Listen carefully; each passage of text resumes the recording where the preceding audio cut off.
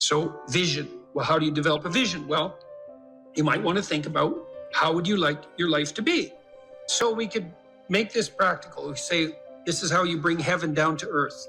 That's to make the abstract practical. And that's always very useful. That's the differentiation of Jacob's ladder, by the way. That's the axis mundi, the central point of the world. It's like, well, what do you want? Well, you could ask yourself that. If you could have what you wanted, what would that be? So we could throw out some possibilities. People trust you.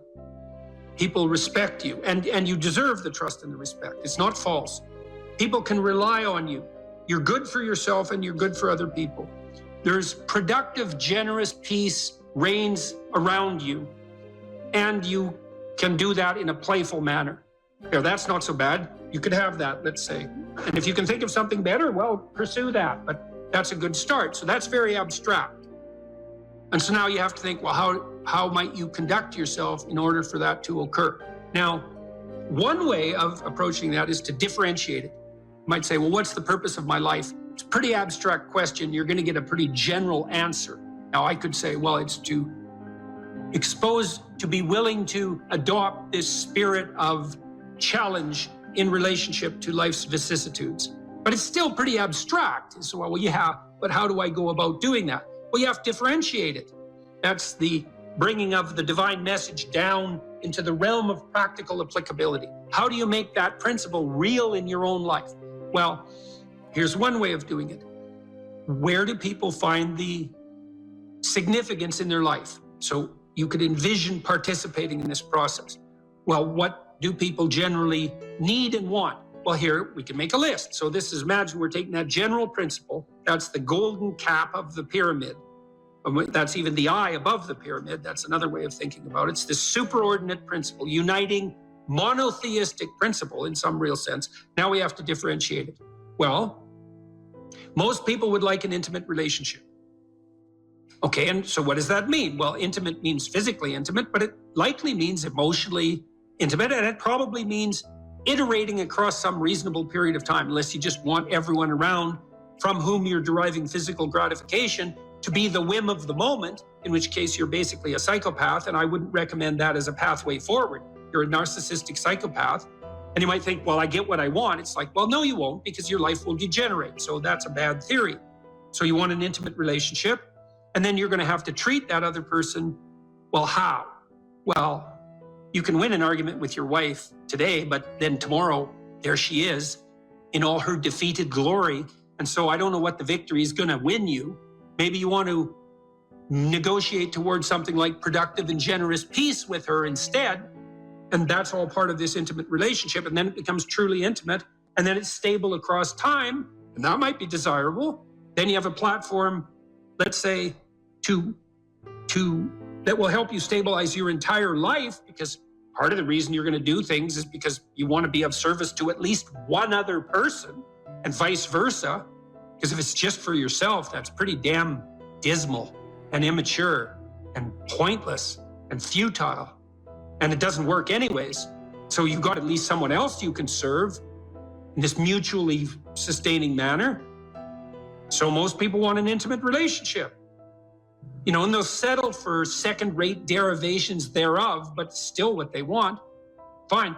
Probably want something approximating a family, and even if you're not going to have kids, and I think that's a very bad idea, by the way, not to have kids. Well, you have your parents and your siblings, and if you don't have them, you have your extended family. You might want to stabilize and fortify your relationships with them, because why not?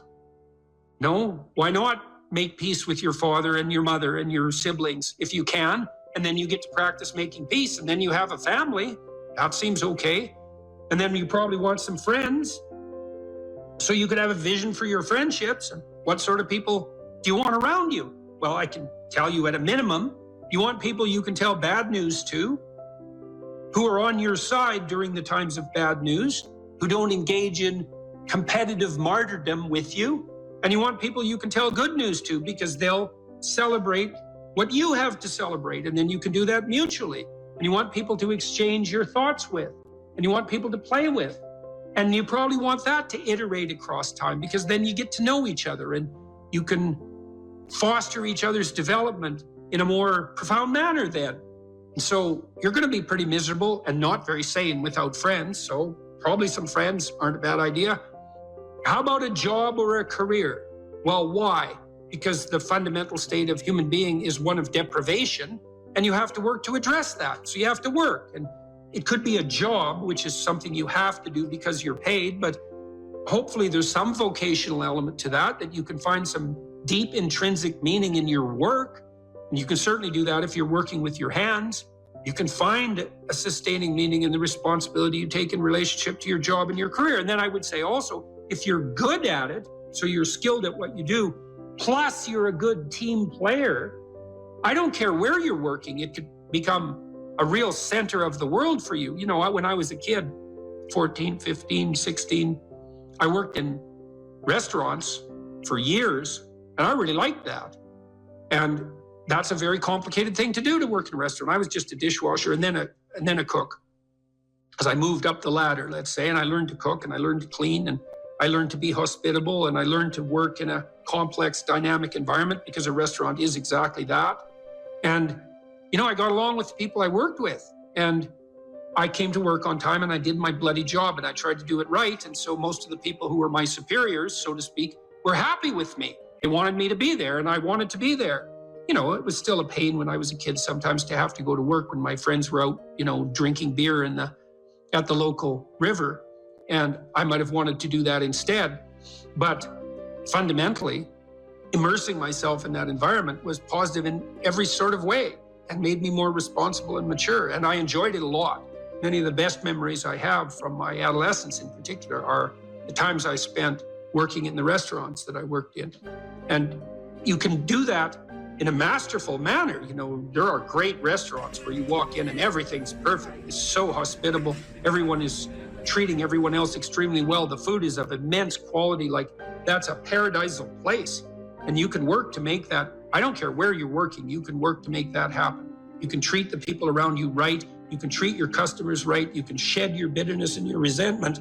You can take on the lowly status of your beginner job as if it's also a field of unlimited opportunity, which it is if you can get your head around it. And then that can be part of the vision of your life. And then you can think about that job or career as something that unfolds and develops across time too. And if you make a commitment where you are locally, I don't care where it is, your opportunities are just going to multiply like mad.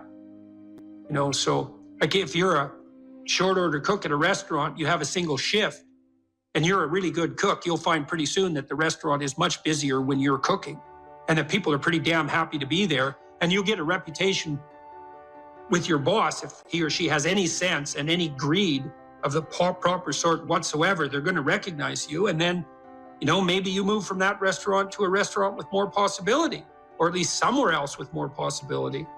And you can do that. I don't care where you are. If you have the opportunity to have a job and you're not working with people who are entirely tyrannical and pathological, if you make the right sacrifices in that position and you have the proper vision, which isn't based on resentment, oh, why do I have to do this stupid job? It's like, well, it's going to be a stupid job if that's the attitude you have towards it. Instead, if you try to foster all the interpersonal relationships you have in that environment, you'll find that there's an infinite amount of possibility right there in front of you, like there always is. And so, what else? Well, how about some education? You know, you're probably not as informed as you might be, and probably something interests you. It's like, well, why don't you delve into that a bit more and make something more of yourself? Educate yourself to the limits of your intelligence and make a plan for that. And you can do that formally, or you can do it informally. You can do it by reading. There's many great books, and they're not expensive. In fact, the greater the book, the less it costs, weirdly enough. And so you can just do that. You can make a plan. I want to read a book a month, or a book every 6 months, or a book a day. I don't care. Or I want to listen to a podcast a week, or something like that. It's like, expand yourself a bit. Have a plan to be educated. What else? What should you do with your time outside of work? Well, play a good game, right? Maybe you want to do something creative. If you're high in openness, that's probably what you want to do. Maybe you want to take on some civic responsibility and duty. That's what you might do if you're conscientious. Maybe you want to care for someone. If you're agreeable, Or maybe you want a new domain for your ambition if you're more disagreeable. Maybe you want to work to make your family more secure. That would be a good way of constraining your trait neuroticism. Maybe you want to expand your social engagements. You're extroverted. It's like, fine, those are good things to do with your time outside of work. They're all matched to your temperament. You can mix and match and do a bunch of those things at once. You know, I used to talk to my students at the U of T and say, well, how much time, by your own definition, how much time do you waste a day? And the median, which is the most typical amount of time wasted, was always about 8 hours. It's like, oh, you waste half your awake time. And you wonder why things aren't going for you that well in your life. You can just do the economic calculations. Well, let's say you're worth $25 an hour, all things considered. Maybe you can't find a job that would pay you that much, but that doesn't mean your time is only worth what you could attain in a given job, because everything you do now echoes into the future. And so let's say it's $25 an hour just for the sake of mathematical computation. Well, that's $200 a day. It's $1,400 a week.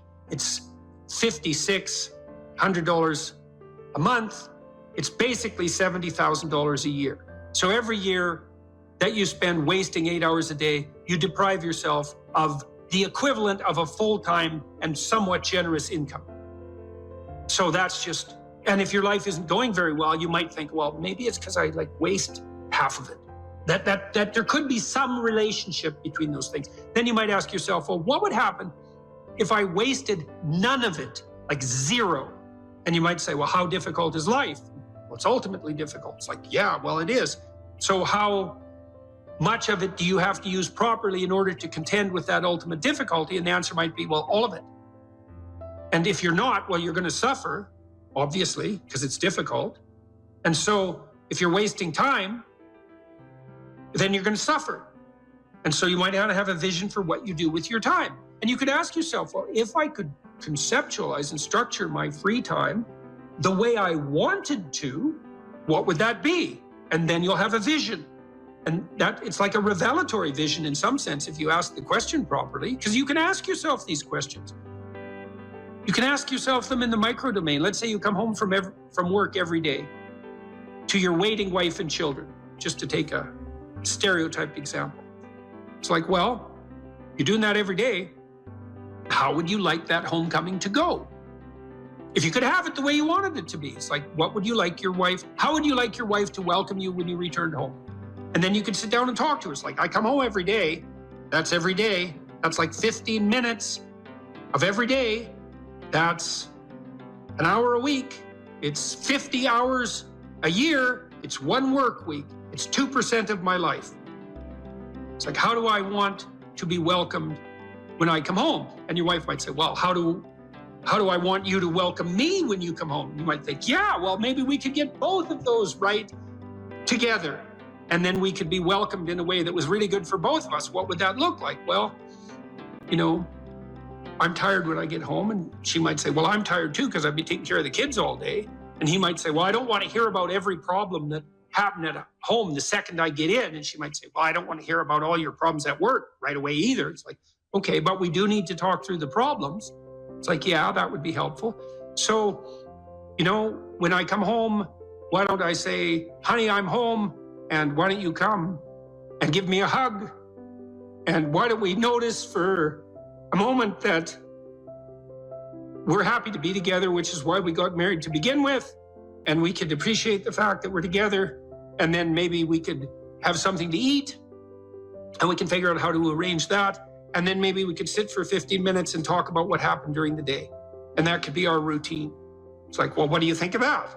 Well, here's how I'd modify it. It's like, okay, let's modify it that way. Well, then we'll implement it and see how it works. And then it's like 2% of your life fixed. You do that 50 times, which isn't that many times. It's 100% of your life is fixed. And then when it's fixed, you can even make it better. And doing that 50 times is just not that much. And lots of things iterate, right? You do the same thing every day. You get those things you do every day right, man, you're on the way to having your life together. That's the ritualization of time and space in some real sense. And the application of what's essentially a religious attitude to all the elements of your life that you might otherwise regard as mundane. Oh my God, I have to do the same thing every day. It's like, hey, that's your life, man. The things you do every day. Get those things right. I don't know what the hell you should do with your life. I can help you figure it out, maybe. We can talk about it, but you are the person who has to decide if the things that you're aiming for, get you out of bed in the morning. And then you got to specify the transformation processes and start practicing them. And you have to understand that you're going to be bad at it, but it doesn't matter, because bad's fine. Persistent is what you need to be. If you persist, with tiny improvements, if you persist, you win. It's direction that produces primary positive emotion. And so if you need positive emotion to move through life, which you do, because you can't even move without positive emotion, and also positive emotion is a good bulwark against terror and pain. If you need those things, then you need direction, you need a goal, you need a value structure. You let all that nonsense burn away. And you might say, well, I don't know what I should leave behind. And the answer to that is, that's a lie. All you have to do is ask yourself. You'll come up with a list instantly of 100 stupid things that you're doing that you know you could stop doing. Take on the consequences of error and learn from it, and then you win constantly, because even if something goes sideways, you think there's something to be derived from this. When you're in the world and something objects to you, something that matters objects to you, then in the entire unrealized world is in that thing that objects. It's all tangled up inside it. That's why it's the great dragon of chaos. It's everything that's outside of your conceptual structure. And what is that? It's everything that lurks outside of your walled city. And it's manifested itself like the snake in the garden. And the easiest thing to do is say, I'm not having anything to do with that. But the problem with that is, well, you get your C- and you don't do anything about it. Maybe you're a little bitter and more resentful, and your study habits get a little worse. So the next time you get like a D+, and then you collect a bunch of Fs, and then you stop going to school, and then you stop showering, right? Then you end up jumping off the bridge. And so that's how the dragon eats you, when you don't pay attention to it. And so it's no bloody wonder that people avoid, It's really no wonder that they avoid, because error messages contain within them the implicit world. Now, the upside of that is, well, they contain within them the implicit world. And the world isn't all negative. And so maybe you get your C-, and that's actually the best gift you ever got, because somebody finally took you and went, whack, clue in. And so you take that apart and you think, oh, I don't know how to write. I don't know how to think. I've never read anything in my life. My study habits are abysmal, like maybe I'm working at 2% efficiency, which it's like to find that out is so optimistic. I mean, if you're barely hanging in there, but you're only working at 2%, you might imagine what you could have as a life if you're working at like 50%. So the C- can be the best gift you ever had, and that's the gold that the dragon hoards. That's exactly what that means. That doesn't prove that you're stupid. Now, it implies that you might be stupid, but it doesn't, really, it does, and that's why you don't want to look at it. Maybe it implies that you're lazy, or implies that you're ignorant, or it implies all sorts of terrible, but you don't want to leap to that, and that's sort of the proclamation of innocence before guilt. You are the thing that is, and you're the thing that becomes, and you should put the thing that becomes at a higher place than the thing that is. That means you also have to allow yourself to shake off those things about you that you might be pathologically attached to, habits and people, for that matter, ways of thinking, all of those things. You have to allow yourself to shake those off, and that's more like a burning. That's why the phoenix is the symbol that it is, right? It's old and it deteriorates, it bursts into flame, and then it's reborn. It's like, well, do you want to be reborn? It's like, well, that's not the question. The question is, do you want to burst into flame? And the answer to that generally is no, but that's the wrong answer. The right answer is, you let all that nonsense burn away. And so then you look at the micro routines. It's okay, well, I got a C- in this course. Maybe I should study for that course 15 minutes more a day for the next 3 months. And then you ask yourself, do you think you could do that? No, I'm too useless. Okay, how about 15 minutes every second day? You think you could do that? You put it in your schedule, like 15 minutes every second day in the morning. And that's, well, you think, well, what's wrong with me? Well, I'm not very good at managing my study schedule. That's not quite down here at the behavioral level, but it's pretty close, because what you can take an action. You can open up your schedule and you can say, well, I'll mark 15 minutes aside, then you can practice doing that. It's pretty low level in the hierarchy.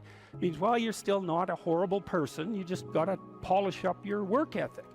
It's like, shut the hell up most of the time, but now and then you don't shut up because it's time to say something. You don't want to make unnecessary enemies, though. Well, you don't want to take yourself apart any more than is absolutely necessary. Develop some of the micro routines on the other side of the personality distribution. So if you're disagreeable as hell, maybe you could start learning how to do nice things for people. And that actually works, by the way. So if you take disagreeable people who are depressed and you get them doing nice things for other people, their depression tends to lift.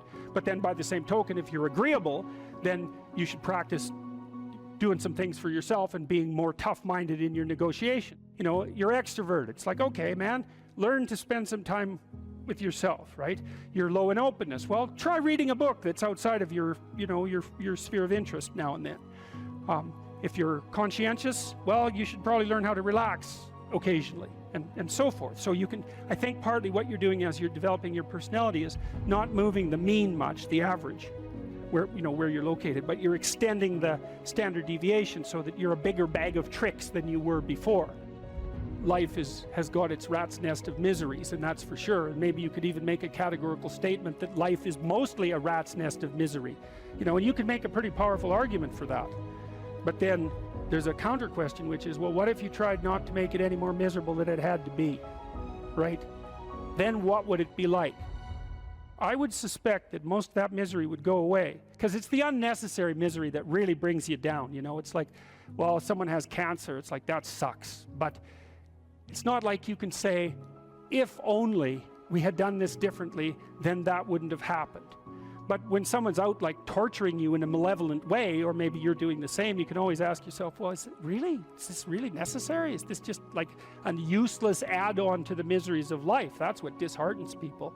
And so even in your own life, if you aren't suffering from self-imposed misery, and you're only suffering from inescapable misery, maybe you could handle that, and even maybe without becoming irredeemably corrupt. And so the goal would be, well, yeah, life is a rat's nest of miseries, and maybe it has no ultimate meaning. We could say that if we're feeling particularly pessimistic, but it still leaves one question open, which is, if you didn't do everything you could to make it worse, how good could you make it be? And the least answer is, well, it could be tragedy, but maybe not hell.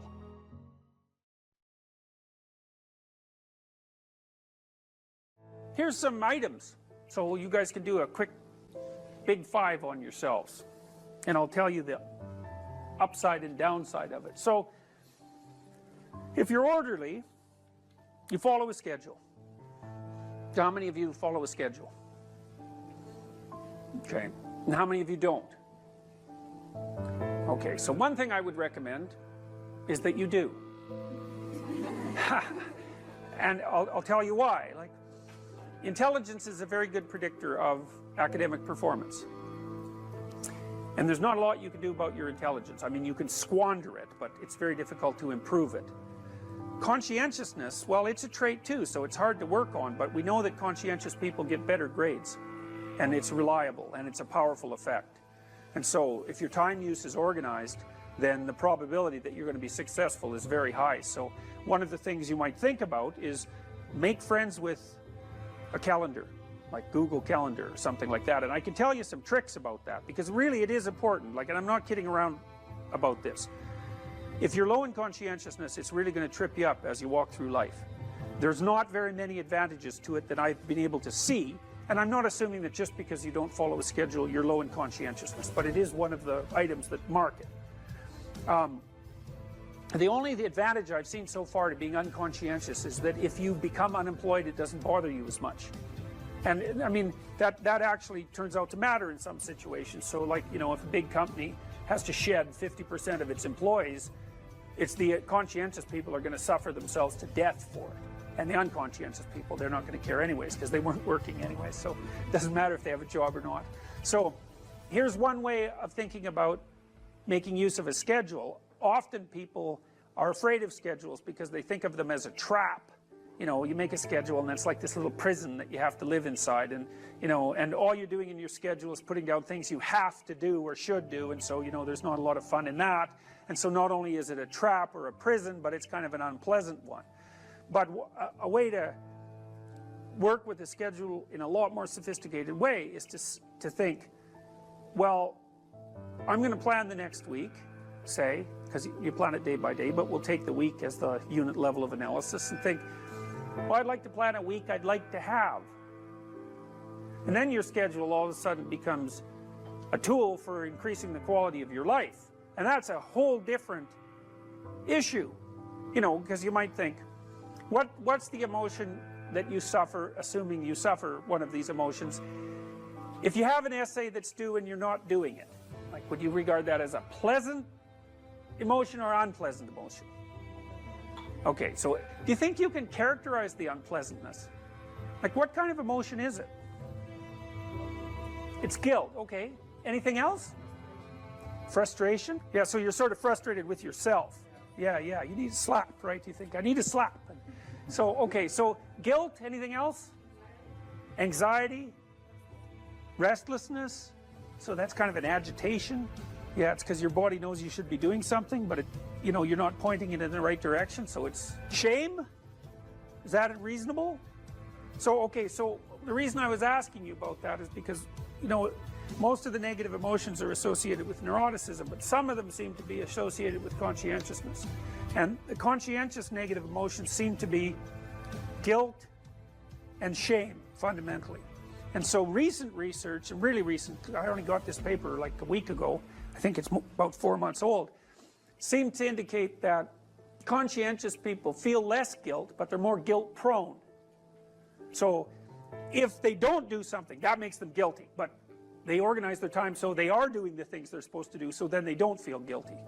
So anyways, back to the schedule. So, all right, you think about your week and you think about your day, and you think, well, how would you improve the quality of a given day or a given week? Well, one of the ways of improving it is to not put yourself into the situation where there are things hanging over your head that you have to feel guilty and ashamed about, because that's a very unpleasant way of being. And you know, if you have an essay that's due in a week and you're procrastinating, then the fact that you have to do that essay can ruin the whole week. And even when you're doing something that's positive, hypothetically, it's kind of that horrible kind of positive that you experience when you know that you should be doing something else. And so that's when you end up watching YouTube videos about like dancing cats or something like that. You know, and it's at best it's a guilty pleasure.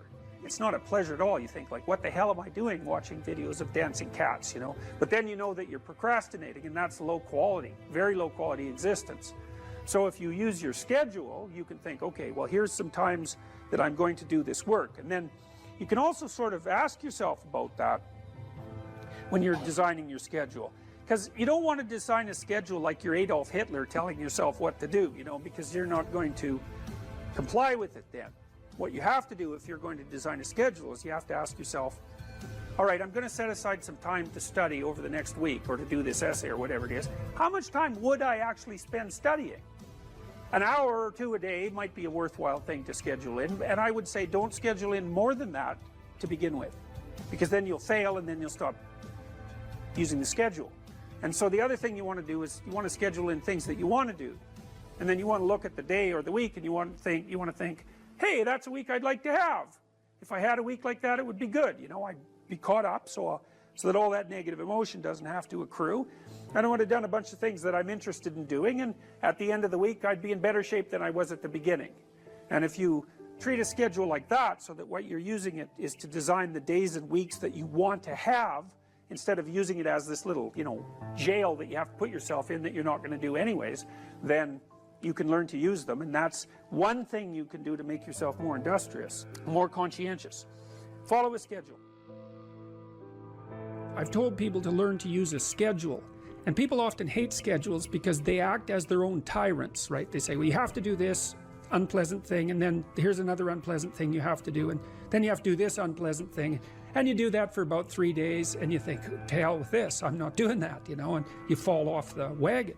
That isn't what you're supposed to do with a schedule. You're supposed to use it to design the days that you would like to have if you were taking care of yourself. And so some of that is, you know, you wake up in the morning and you think, here's 5 things I have to do that if I don't do, my life will be worse. It's like paying bills, for example, or taking out the garbage. It's like you have to do those because otherwise things degenerate. So you got to put some of those in the schedule, because otherwise tomorrow is worse than today, and that's a bad trajectory. But you also want to build in things, you know, you've got to act in some sense like you're dealing with a relatively recalcitrant 9-year-old. It's like, so, well, here's some things you have to do, but here's some things that if you do, you could reward yourself with. And if you get the balance there between obligation and reward right, then you'll find that you're motivated to do the things. And that's what you want to do. You want to do that so it's sustainable across days and weeks and months. And so you got to treat yourself like a good boss would treat a valued employee, and not like a tyrant would treat a slave, because the slave will rebel. And you know, people say, well, I don't follow through on my plans. It's like, well, they're probably not very well formulated, and maybe you're doing them because of an external moral obligation or something. They're not really your plans, right? And B, you're acting like a tyrant and a slave, and that's a bad relationship to have with yourself. Treat other people as you would like to be treated. It works both ways. You also treat yourself like you treat other people properly. So that's a necessary thing, and often people don't do that. But the scheduling is really important.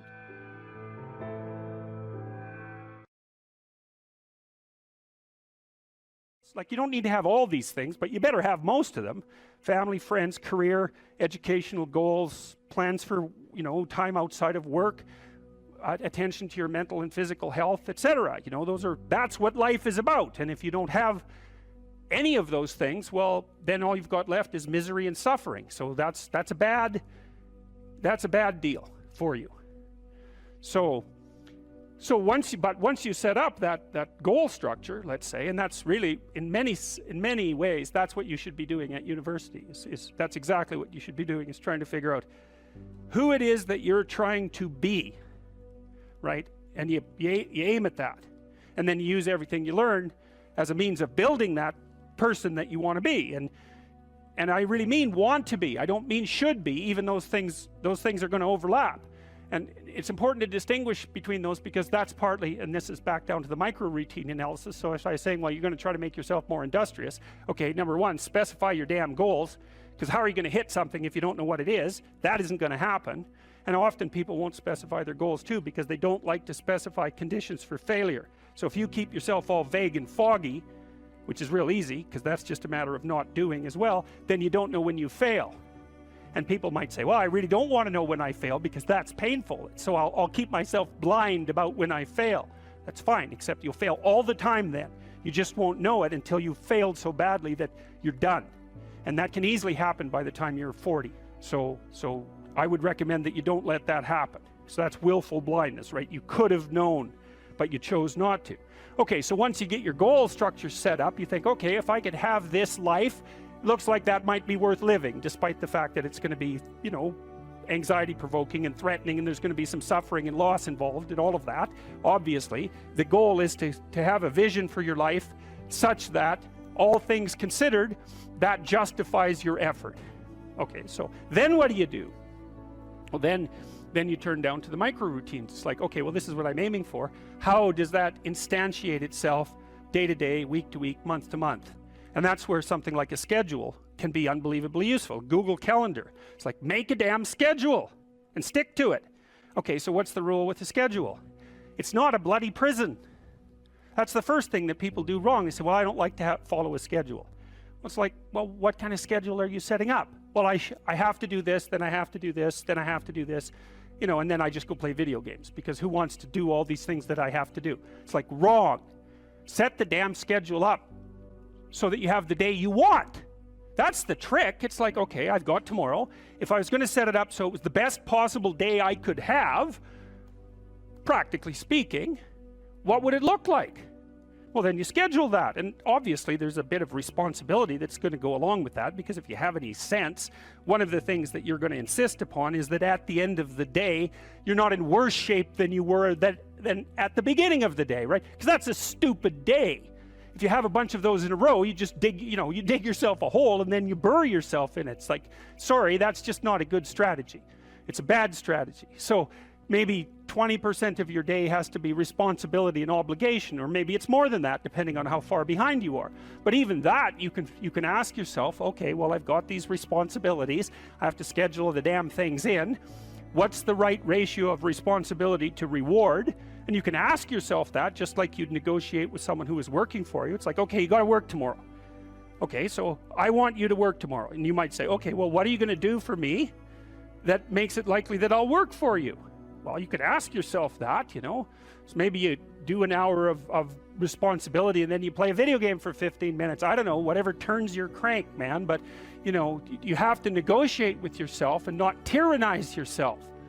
Like you're negotiating with someone that you care for, that you would like to be productive and have a good life. And that's how you make the schedule. It's like, and then you look at the day and you think, well, if I had that day, that'd be good. Great. You know, and you're useless and horrible, so you'll probably only hit it with about 70% accuracy, but that beats the hell out of 0, right? And if you hit it even with 50% accuracy, another rule is, well, aim for 51% the next week, or 50.5% for God's sake, or because you're going to hit that position where things start to loop back positively and spiral you upward. And so that's one way that you can work on your conscientiousness, is plan a life you'd like to have. And you do that partly by referring to social norms. That's more or less rescuing your father from the belly of the whale. But the other way you do that is by having a little conversation with yourself about, as if you don't really know who you are, because you know what you're like. You won't do what you're told. You won't do what you tell yourself to do. You must have noticed that. It's like you're a bad employee and a worse boss, and both of those work, you know, for you. You don't know what you want to do, and then when you tell yourself what to do, you don't do it anyways. You should fire yourself and find someone else to be. But you know, my point is that you have to understand that you're not your own servant, so to speak. You're someone that you have to negotiate with, and you're someone that you want to present the opportunity of having a good life to. And that's hard for people because they don't like themselves very much. So, you know, they're always like cracking the whip and then procrastinating, and cracking the whip and then procrastinating. And it's like, God, it's so boring and such a pathetic way of spending your time. And you know what that's like, because you probably waste like 6 hours a day. And I think we did an economic calculation about that a while back, right? Your time's probably worth $50 an hour, something like that. I mean, you're not getting paid that now, but you're young, and so this is investment time, and what you do now is going to multiply its effects in the future. So let's say it's $50 an hour, which is perfectly reasonable. So if you waste 6 hours a day, and you are, then you're wasting about $2,000 a week, or about $100,000 a year. So like, go ahead, but that's what it's costing you every hour. And you need to know what your damn time is worth. So let's say it's not $50, it's 30, whatever. Maybe it's 100, it's somewhere in that range. One of the things you should be asking yourself is, when you spend an hour, was that, well, would have I paid someone $50 to have had that hour? And if the answer is no, it's like, well, maybe you should do something else with your time. And it depends on whether or not you think that your time's worthwhile. But the funny thing about not assuming that is, if you assume your time isn't worthwhile, what happens is you don't just sit around sort of randomly in a state of responsibilityless bliss. What you do is you suffer existentially. And so that seems like a stupid solution. So as men move into their careers, how might responsibility and purpose be conceptualized? Well, look, so I always start from the fundamental observation that life is characterized by a fair bit of suffering. There's a tragic element to life, tragedy tainted by malevolence. And what that poses a problem, and the problem is, well, what can sustain you through suffering and tragedy, betrayal and illness, death, loss, disappointment, frustration, confusion. And it's not hedonism. It's not happiness. Not if you conceptualize happiness in this narrowly pleasure-seeking hedonic way. First of all, that doesn't iterate very well. You know, you can drink 26 of vodka one night, and that might be a pretty fun night, but you know, the next 2 or 3 days are not going to be so pleasant, and you'll probably do at least 5 things that you seriously regret, assuming you can remember what they are. So it's not a great strategy, and everyone knows that you know, that casual, impulsive pleasure seeking is not, it's not a good game. Everyone knows that. And that doesn't mean you should be afraid to try it. right? That's entirely different. You need to bash yourself around a bit. What did William Blake say? Wisdom through excess. There's definitely something to that. So, walling yourself away from experimentation, that's not a good idea. But falling prey to indulgences, that's a catastrophe. So you can't find, and then if your life is proceeding in a direction that's painful and tragic for reasons that might be really out of your control, obviously you're not going to be happy during those times. You may not have even the opportunity to seek anything that's pleasurable or the ability to experience it. So then what's going to sustain you under those circumstances and sustain your will to live, but even more importantly, protect you from the resentment and the moral corruption that unrequited suffering can so easily produce? And the answer to that is not happiness, but something like meaning. And then you might ask yourself, well, where is meaning to be found? And the answer seems to be primarily through the voluntary adoption of responsibility. So people find meaning in the love they have for their partner and their decision to care for someone else as well or better than they would care for themselves. They find meaning in that, and it can sustain itself across many, many decades, for better or for worse. That's no joke, that phrase. They find meaning in the relationship they establish with their children, assuming they take the responsibility for that relationship. They find meaning in their friendships. They find meaning in their business associations, their civic engagement. People moralize at older people, moralize at younger people and say, well, you should accept your responsibility. You should shoulder your duty. And that's true, but it isn't exactly that you should do it because you should do it, even though you should. It's that there isn't anything better that you can possibly do. Like, you have to justify yourself to yourself. You have to justify yourself to yourself because of your inadequacies and your failure and your error and your propensity to repeat errors that you shouldn't repeat, your sinful nature. You have to atone for that. And then you have to justify your life to yourself because it's characterized by death and suffering. And so you need something worthwhile to do. And, well, then you might say, well, there's nothing worthwhile to do. It's well, you're probably not really in any position to make that judgment, till you've gone all in at least one thing. At least one thing. Because, who the hell are you? You're 16, you're cynical and nihilistic. It's like, you're not wise. You're not a philosopher. You don't know anything. And thank God, right? Because you don't even want to think you know anything because you're bloody miserable and you're suffering. And so if you're also right, well, then you're doomed. So you better bloody well pray that your cynicism and nihilism, unearned though it may be, is based on a fundamental falsehood. And it is. You can find deep significance in your life, and you find it essentially through the decision to voluntarily bear your suffering and to trudge uphill nonetheless. And there's something heroic about that in the most fundamental sense. And that heroism is something so deeply meaningful that it, in some sense, triumphs over even death. And so as you move forward through life, you mature, you start by developing responsibility for yourself, your friends, your roommates, then you take on a partner, and you have a family, and you expand the domain of responsibility and generosity, and you want to expand that. Who knows how much you can expand that? You could be a credit to the nation. Well, there's an aim. Why don't you aim to be like credit to the nation by the time you're 50? Because what, you got something better to do than that? And the answer to that's no.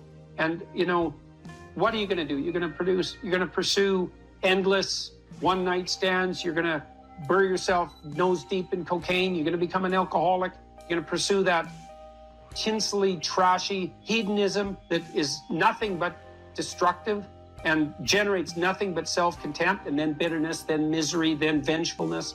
It's like, why do that? It's easier in some sense, right? Although it's not, because it's rife with catastrophe and suffering. So it's way better to envision yourself as, that's the cross image fundamentally, right? The pathway to redemption is to bear your cross up the hill voluntarily. It's a hell of a thing to ask, right? Because you have to accept the fundamental limits of your mortal vulnerability. And you have to say to yourself, I will do good nonetheless. Right? And that's not obedience. That's not naivete. That's a cold decision, man. So everyone great makes that decision. So make that decision, because maybe you're great. Let's say you want to become who you could be in the fullest sense. So let's say you're someone who's going to solve some serious problems. Okay, the first thing you have to do is admit to the seriousness of the problems. That's no joke. And so the first thing is just the terror of the problem itself. And that's enough to paralyze you, right? And that's the Hydra, that's the Gorgon with the head of snakes. It'll paralyze you and turn you to stone. That's the basilisk in the Harry Potter series. You look at it and it turns you to stone and lurks underneath everything, right? And it's malevolence and tragedy. And so there's that. And then the next is, well, you're going to take responsibility for that? You're really going to do that, are you? That's a hell of a load, man. And so it's daunting to even consider that. And then there's the discipline and responsibility that necessitates, which is also daunting. It's like, oh my God, the problem's that serious. I'm really going to have to get my act together in order to not contribute to it, much less solve it. And so the problem is terrible. And then the solution is daunting. But the upside of that is like, well, there isn't anything better to have than a problem that's worth solving, like that's really worth solving, right? And so the more of that you take on, the more you have a reason to get out of bed in the morning, no matter what. Like, I'm getting up, I'm trudging forward. Doesn't matter what I'm suffering from. I've got things that need to be done. They're necessary. And that gives you that sense of purpose that is the antidote to bitterness. Okay, well, let's say you want your life to be meaningful. It's like, okay, then what you do matters. It actually matters. Or how starting to clean up the room changed their life. That's quite fun because it's something I always tell people to do instead of going out and protesting. Jesus, I just can't stand that. Cleaning up the room? Yeah. Meaning? Well, my sense is that if you want to change the world, you start from yourself and work outward because you build your competence that way. It's like, I don't know how you can go out and protest the structure of the entire economic system if you can't keep your room organized. Well, I made a video call, which was called Message to Millennials, where it was called How to Change the World Properly. A bit of it on the pretentious side, I suppose, but I was trying to produce something that was a counterposition to this idea that what you should do is go out and fix up other people.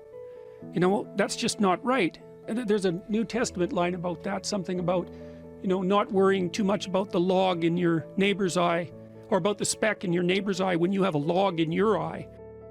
What would the world be like if people stopped avoiding the things they knew they should do? You know, because the question is, how much are we contributing to the fact that life is an existential catastrophe and a tragedy? How much is our own corruption contributing to that? That's a really worthwhile question. The things you leave undone because you're angry, you're resentful, you're lazy, you have inertia. Well, you consult your conscience and it says, well, you know, that place over there could use a little work. It's the same as working on yourself, and so you clean that up because you can, and then things are a little clearer around you, and you're a little better off because you've practiced a bit, and so you're a little stronger, and then something else manifests itself and says, well, maybe you could like take a crack at fixing me up too. So you decide to do that, and then that gets a little bit more pristine, you know, and soon, and it's humble because you're not exceeding your domain of competence. You know, it's like, don't be fixing up the economy, 18-year-olds. You don't know anything about the economy. It's a massive, complex machine beyond anyone's understanding, and you mess with it at your peril. So, and can you even clean up your own room? No. Well, you should think about that. You should think about that. What could you do to improve yourself? Well, let's step one step backwards. The first question might be, why should you even bother improving yourself? And I think the answer to that is something like, so you don't suffer any more stupidly than you have to. and maybe so others don't have to either. It's something like that. You know, like there's a real injunction at the bottom of it. It's not some casual self-help doctrine. It's that if you don't organize yourself properly, you'll pay for it, and in a big way, and so will the people around you. Now, and you could say, well, I don't care about that, but that's actually not true. You actually do care about that, because if you're in pain, you will care about it. And so you do care about it, even if it's just that negative way, you know. It's very rare that you can find someone who's in excruciating pain who would ever say, well, it would be no better if I was out of this. It's sort of pain is one of those things that brings the idea that it would be better if it didn't exist along with it. It's incontrovertible. So you get your act together so that there isn't any more stupid pain around you than necessary. Well, so then the question might be, well, how would you go about getting your act together? And the answer to that, and this is a phenomenological idea too, it's something like, look around for something that bothers you and see if you can fix it. So now you think, well, let's say you go into you can do this in a room. It's quite fun to do it just when you're sitting in a room, like a room, maybe your bedroom. You can sit there and just sort of meditate on it and think, okay, if I wanted to spend 10 minutes making this room better, what would I have to do? And you have to ask yourself that, right? It's not a command, it's like a genuine question. And things will pop out in the room that you know, like there's a stack of papers over there that's kind of bugging you, and you know that maybe little order there would be a good thing, and you know there's some rubbish behind your computer monitor that you haven't attended to for like 6 months, and the room would be slightly better if it was a little less dusty and the cables weren't all tangled up the same way. And like if you allow yourself just to consider the expanse in which you exist at that moment, there'll be all sorts of things that'll pop out in it that you could just fix. And you know, I might say, well, if you were coming to see me for psychotherapy, the easiest thing for us to do first would just be to get you to organize your room. You think, well, is that psychotherapy?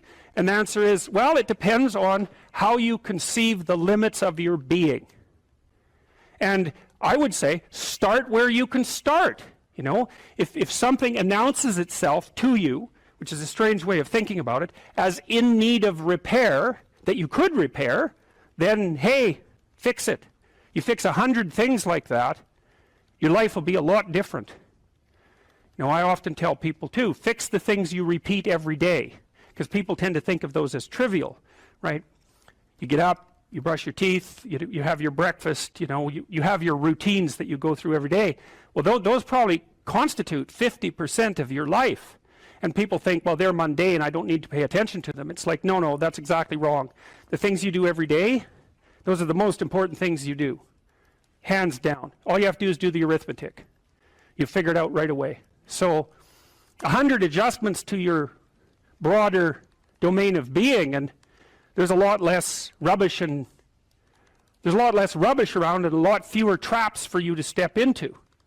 And so that's in keeping with Jung's idea about erasing once you've got your mind and your emotions together, and once you're acting that out, then you can extend what you're willing to consider yourself and start fixing up the things that are part of your broader extent. Now, sometimes you don't know how to do that. So you might say, imagine you're walking down Bloor Street and there's this guy who's like alcoholic and schizophrenic and has been on the streets for 10 years. He sort of stumbles towards you and, you know, incoherently mutters something.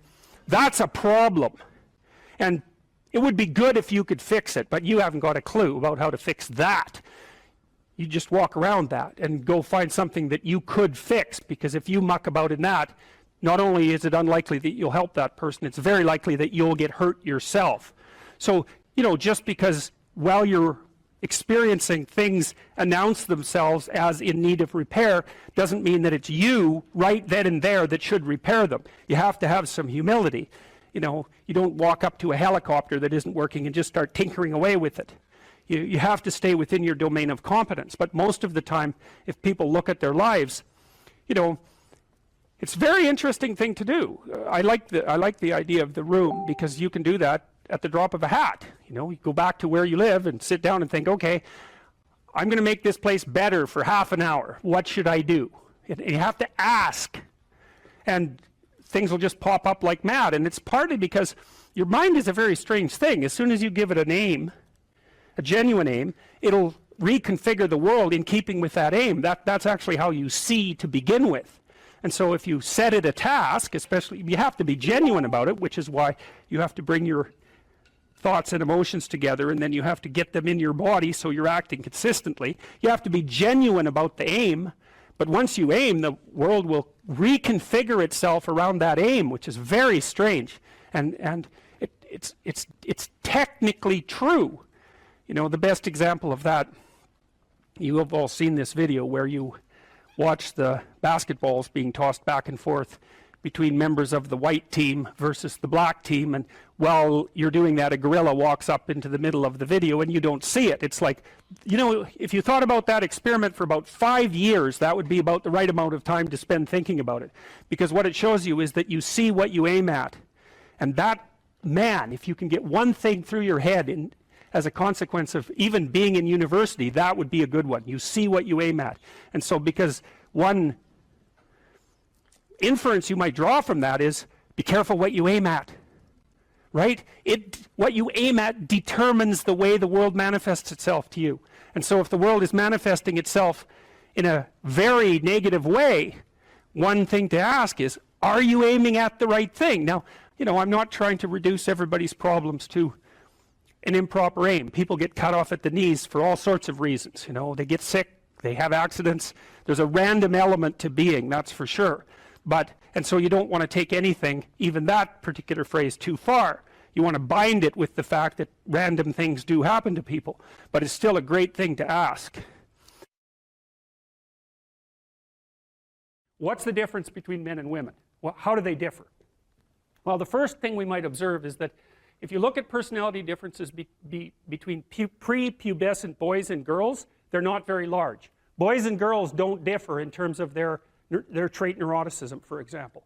What happens is that when puberty kicks in, women's trait neuroticism rises, and it stays higher than men for the rest of their life. And this is why you see this reflected in the different kinds of psychopathology that beset the two sexes. So men are overrepresented in alcoholism, drug abuse, antisocial personality, and a host of learning disorders, as well as attention deficit disorder. And women are overrepresented in depression and anxiety, primarily. That seems to be tightly associated with higher levels of trait neuroticism, because maybe it's, if you're at the 95th percentile or higher, let's say, in trait neuroticism, there isn't much difference between that and being somewhat prone to depression and anxiety. And because the curves overlap, you know, the curves aren't identical, the normal distributions aren't identical for men and women. You tilt the one to the right, to the women's curve to the right towards higher levels of neuroticism. You go out and you look for the person in 20 who has the highest levels of negative emotion. It's much more likely to be female than male. Okay, so let's see if we can figure out why. So I'm going to tell you some things, basic differences between men and women, and you can tell me what you think about it if you agree or disagree. Okay, first, size differential emerges between men and women at puberty, right? Because boys and girls are roughly the same size and roughly the same strength, but men get bigger at puberty when the testosterone kicks in, and more importantly, not only do they get taller and heavier, but their upper body strength is much higher. And that's a real issue for combat, because human beings punch. There's other animals that do that. Kangaroos do that too, eh? So we're not the only people that punch, but we have clubs on the ends of our arms. And so that's how we defend ourselves. And so if you have a lot of upper body strength, especially across the shoulders, and you're heavier, then you can step into the punch and it's a lot more devastating. Now, it is the case that if you look at the statistics for physical altercations in marriage, women attack their husbands more often than husbands attack their wives. Well, you think, why is that? Well, let's assume that there isn't any reason other than both people in a relationship can get upset, and the women know that if they hit their husbands, nothing's really going to happen, right? Because if you're a woman about that high and your husband is, say, my height, unless you hit me with an object or something that's sharp, the probability that you're going to do me any serious damage is pretty low. You might hurt me, but if I do the reverse and hit you, and I really hit you, and so the reason, at least one of the reasons why women can be more physically aggressive in minor ways in a relationship is because everyone knows, the wife and the husband equally, that the consequence of the physical aggression is much more limited. So men do more serious damage to women, but women are more aggressive in relationships. So that's interesting. So okay, so there's a body size difference that's important, a strength differential that's important. Next thing, I think. So let's assume that the reason that women are higher in sensitivity to negative emotion is because the world is actually more dangerous to women, right? Because that would be the most logical reason why there would be a sex difference in something like fear or sensitivity to punishment. Well, first there's the danger of physical altercation. Second, there's the sexual danger. So women become sexually vulnerable at puberty. And why do I say vulnerable? Well, it's straightforward. It's because the cost of sex for women is way higher than it is for men. And it certainly has been throughout our evolutionary history. Because if a man has an unwanted sexual encounter, well, then he walks away and maybe he's persecuted by the state or prosecuted by the state for it. But if a woman has an unwanted, unwarranted, or incautious sexual encounter and she ends up pregnant, then, well, in traditional societies, you're just done. And even in modern societies that are rich like ours, I don't have to go into that. It's big trouble. No matter what you do about it, it's big trouble. So being more nervous about that makes perfect sense. But then here's the last thing. And I think that women's nervous systems are not adapted to women. I think women's nervous systems are adapted to the mother-infant dyad. And because you are not the same creature when you have an infant. Not at all. You're way more vulnerable. And it's partly because you have to express the vulnerability of the infant and you also have to care for it, right? So you think about an infant, especially under 9 months. So let's say, how are you going to be wired up if you're going to optimally care for an infant under 9 months? And I'm saying under 9 months because women generally do the bulk of childcare for infants who are under 9 months old. And part of the reason for that, there's a whole host of reasons, but part of the reasons for that, obviously, is that they breastfeed. But imagine what you need to be wired up biologically in order to care for an infant. First of all, they're very demanding, right? Because they're completely helpless. And they're demanding 24 hours a day. And it's quite a emotional load. And an infant under 9 months is never wrong, right? What you do to an infant under 9 months is when they're in distress, you always respond. You never tell the infant, get your act together and stop whining, right? Which you can do, say, to a child that's 18 months old. You can start having that sort of conversation. But under 9 months, it's like nothing is the infant's fault. It's surrounded in an extraordinarily threatening world, and you have to be responsive to what it needs, regardless of what you want, and you have to be very sensitive to the threats that emerge in the environment. And so I think the price that women pay for that ability to have an intimate relationship with infants in the very earliest stages of development is that their nervous systems are actually wired so that they can perform that role optimally. And the disadvantage to that is that having a temperament like that doesn't work that well when you're dealing with adult men, especially when you're dealing with them in a business environment, because it's not the same thing. Not at all. It's a competitive environment. So, okay, so agreeable people are compassionate and polite. What are disagreeable people like? They're tough-minded, they're blunt, they're competitive, and they won't do a damn thing they don't want to do. So it isn't exactly that they're aggressive, although they will push you the hell out of their way if you're in the way. They're not like volatile like you are if you're high in neuroticism. It isn't defensive aggression. It's more like predatory aggression. It's dominance behavior. And so for someone who's highly disagreeable, they look at the world as a place in which they can compete and win. And I'll tell you a story. I have a friend. I gave him my personality test, the Big 5 aspect scale that Colin DeYoung developed in my lab. And I knew he was a disagreeable guy, and by interacting with him. I mean, he's even rude to people sort of spontaneously on the street. I actually like him quite a bit. He's very, very funny. He's also very conscientious, so you can trust him, but he's disagreeable as hell.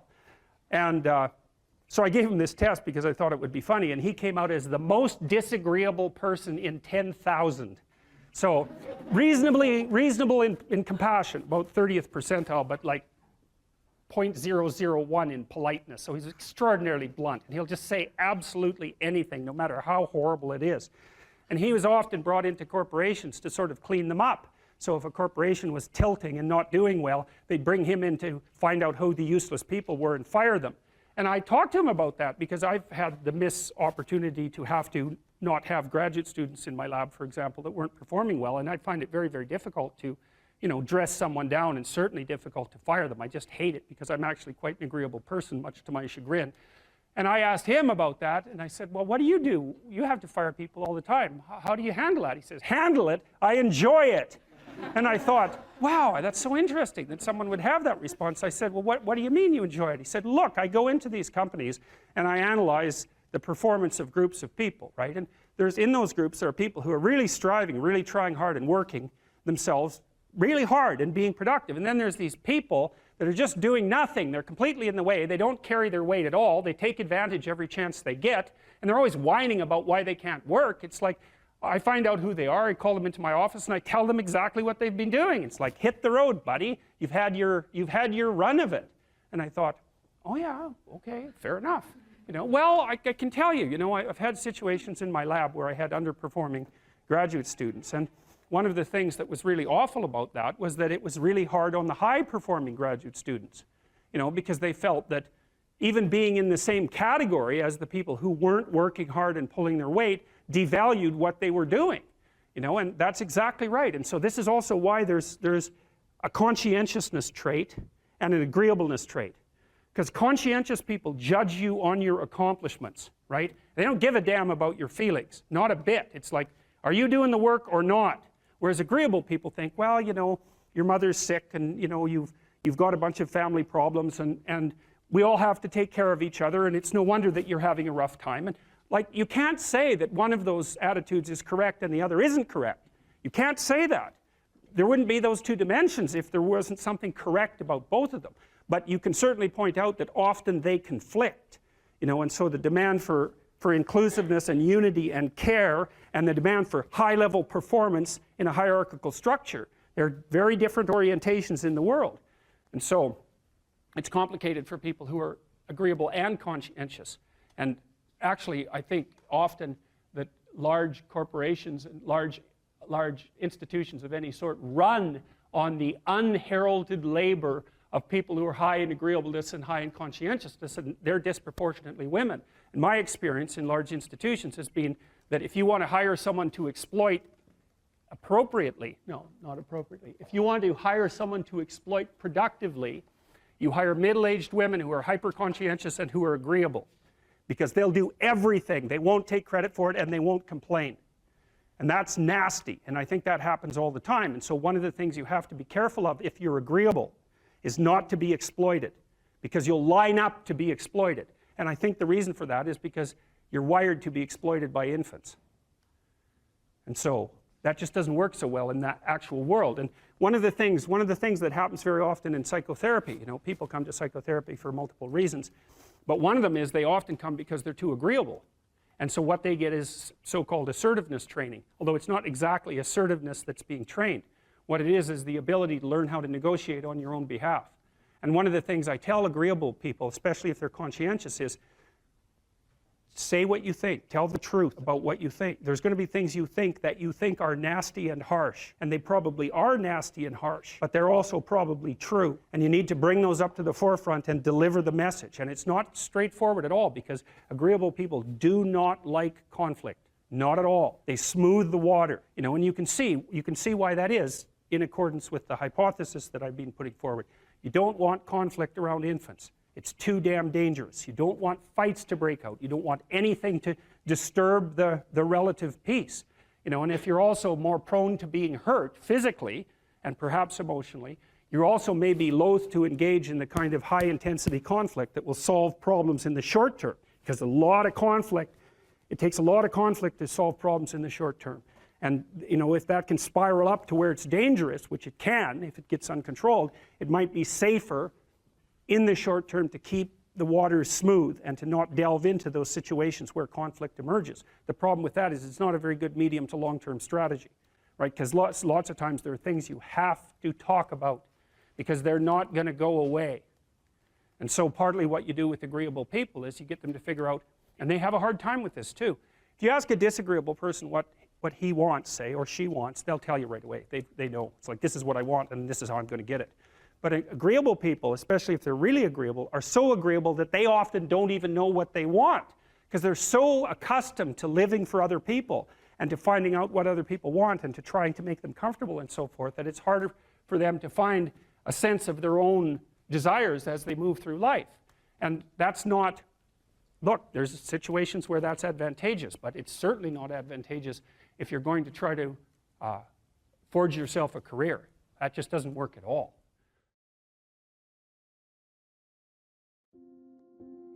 If you could have what you wanted in this moment, and I could deliver it, what would it be? How much of the mess that you see around you would vanish if the mess that you could put straight was put straight? You know perfectly well that if you put your mind to it and you make the proper sacrifices, there are things you can set straight. What advice do you have for a young man in his 20s? Make a plan. Look at what you're interested in. Get disciplined about something. Allow for the possibility that you have something important to contribute to the world, and that the world would be a lesser place without that contribution. Don't be afraid of taking on responsibility. It's where you find what sustains you in your life. You can take on too much responsibility. You have to be cautious in that regard, but that's a less common problem than not taking on enough. A lot of the things that people regard as traps are actually the means to their life. You have to understand that you're not your own servant, so to speak. You're someone that you have to negotiate with, and you're someone that you want to present the opportunity of having a good life to. And that's hard for people because they don't like themselves very much. You have to believe that your action has some redemptive possibility, because why would you do it otherwise? And you might say, well, I kind of believe that. It's like, well, that's not good enough. You know, you kind of got to throw yourself all into it. And what's the cost anyways? It's not like you're going to get out of this alive. So you're pretty much all in, whether you want to be or not. And maybe if you were voluntarily all in, things would be a lot better than they are.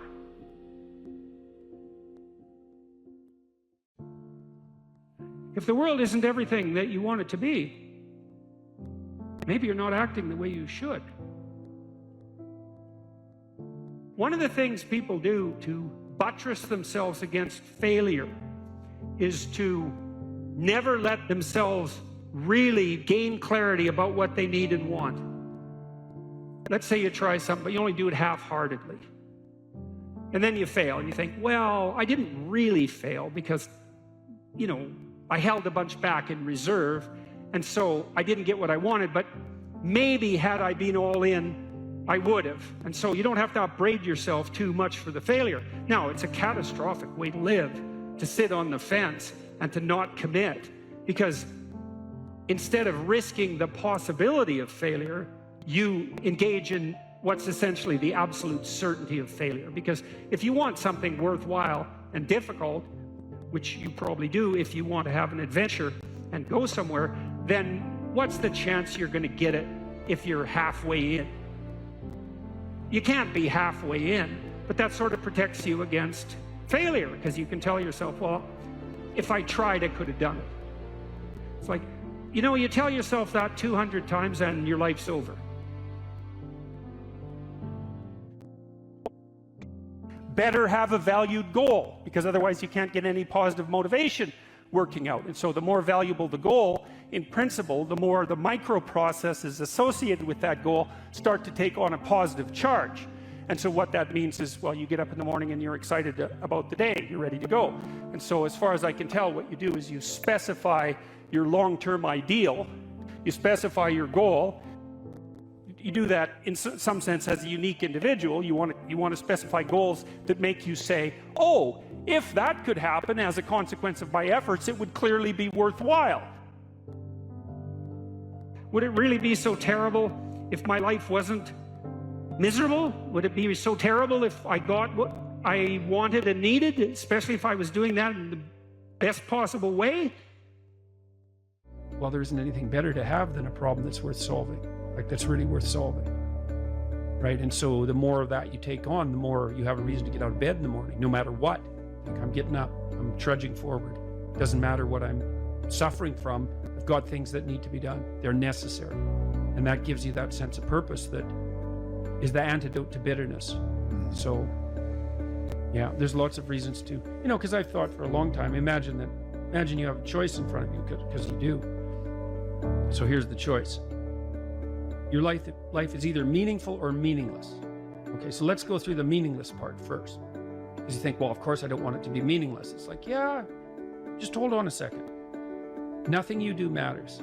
And so impulsive pleasure is the order of the day. No responsibility. You can do whatever you want. It's like Pleasure Island in Pinocchio, right? Or it's like Neverland in Peter Pan. You're still a kid.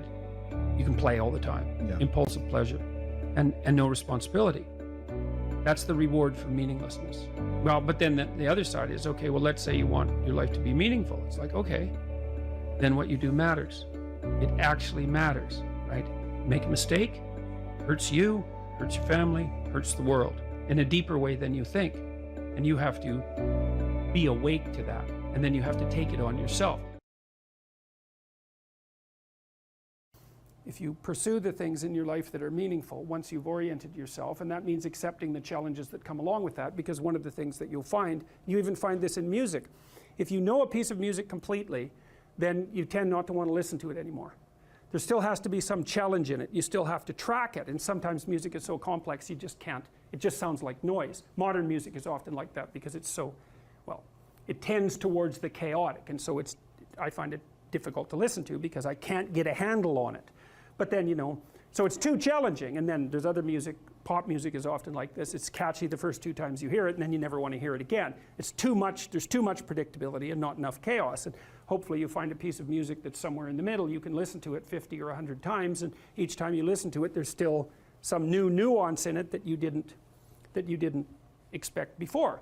And so, well, you kind of want to set up your life like that, so that. And I think you see that the phenomena of meaning manifests itself at the area, at the locale of optimal challenge. So one of the things, for example, I might say, well, let's say you want to set some goals for yourself. We say, well, they're remarkable goals, but they're too unattainable. You're just going to find it frustrating to pursue them. It's going to be too punishing. And then we might say, well, here's a goal, and you think, well, I could do that, you know, standing on my head. There's no challenge in it. Well, both of those two extremes are going to leave you in a state that isn't characterized by the optimization of engagement and meaning. One is too difficult, it's too punishing, it's the judge and nothing else, and the other is the ultimate and merciful mothers. It's like you win no matter how you play. So then you calibrate it. You say, well, you know, I'm up for a challenge at this level. I wouldn't recommend that, because that's just a bit like people do that. You might want to investigate your character in detail and decide, you know, what's going on at this level of analysis. That's pretty harsh, but you can certainly continually retool yourself at more micro levels, and I think what you do is you pick the level of retooling that optimizes your willingness to be engaged in it. And then what's so interesting about that is that, I think, is that you get the benefits of perfection, so to speak, while still being imperfect. Your actual imperfection has nothing to do with it. What's relevant is the journey that you're undertaking to rectify the imperfection. So instead of aiming to be the entity without flaws, you're aiming to be the entity that continues to realize its flaws and overcome them. Well, that's a game you can play forever. You don't take responsibility for things that you don't accept. You only take responsibility for things that you do accept. You say, well, the world is fundamentally flawed because its fundamental nature is vulnerability, intolerable vulnerability. I'm not going to take any responsibility for that. That's really Cain's attitude in the story of Cain and Abel. He externalizes responsibility for the catastrophe of his life, and therefore he doesn't make the right sacrifices. And so the paradoxical injunction here is, accept responsibility for the catastrophe of your life, and that way you transcend it simultaneously. And there's an unbelievably hopeful message in there, and the message is, you're actually strong enough to do that, you just don't know it, and you won't find out till you do it. You can't find out till you do it. But if you did it, you'd find out that it was true. It's a massive risk. It's the ultimate in risks, right? You have to be willing to lose your life in order to find it. It's like, exactly right. So that picture, when I started to understand that picture, well, every time I look at it, it just blows me away. I can't, it's an unbelievably sophisticated set of ideas. But I don't think it's much different, really, than this idea.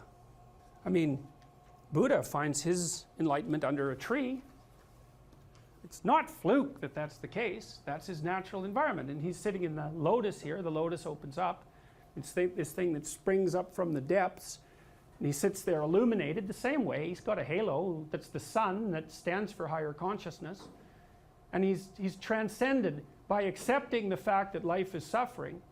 He's transcended the limitations that are part of mortality. You see that symbol there? That swastika, you see it there? It's reversed. The Nazis reversed it. Well, think about that. I mean, they weren't stupid. Their symbolism, their symbols had meaning. Is what the swastika represented was what this represents reversed.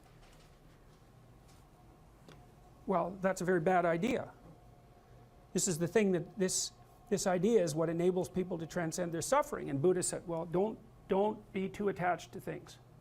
And what does that mean? It doesn't mean deny the world. It might mean deny the world if you're too in love with the material, like with material well-being, let's say, then your pathway to transcendence and meaning might be to abandon that because it's constraining you. It's making you less than you could be. But the fundamental lesson, the more fundamental lesson that's underneath that is don't let what you are stop you from being what you could be. Right. And so then the question is, well, what do you identify with? Do you identify with what you are? Then you're a tyrant. Do you identify with chaos? Because that's the opposite of order, say. Then you're nihilistic. Well, you don't identify with either of those. You know that they're both necessary. You know that you have to live with both of them. But you identify with the capacity to continually transcend what you are. And then you seek out error. That's what humility is. It's like, I'm error-ridden. It's like, so I want to put myself in a situation where I can discover one of my errors, hopefully not in a way that's going to knock me completely out of the game, right? I want to seek out a challenge. I want to find out where my limits are. I want to find out where there's not enough of me yet. And I want to do that in a way that's engaging because, you know, you can wear yourself out fighting dragons, obviously. You can exhaust yourself completely, and that's not helpful. You know, one of the things I learned, for example, when I was coaching lawyers, these were people who had very high-end careers, and so they had an infinite workload. No matter how much they worked, flat out, there was always way more work that they should do. It's a very difficult thing to learn to manage. And so they were exhausting themselves, and I said, well, you know, you have to work less per day. It's like, well, no, that's not happening. I can't do that. And so what I learned over time was, okay, so this is what you have to do. Every 3 months you have to block off 4 days and go have a vacation. And you have to plan that in advance so it's in your calendar so that your secretary doesn't book your time. And then you need that because you have to recuperate enough so that you can work as hard as you're going to work. And of course they were nervous about that. And I said, well, look, we can calibrate this. Let's keep track of your billable hours over the next year and see if they increase or decrease. Because I bet you if you take more time off, you'll actually have more billable hours. You'll actually have your cake and eat it too. You'll get to have a vacation and you'll be more productive. And that inevitably that was what happened.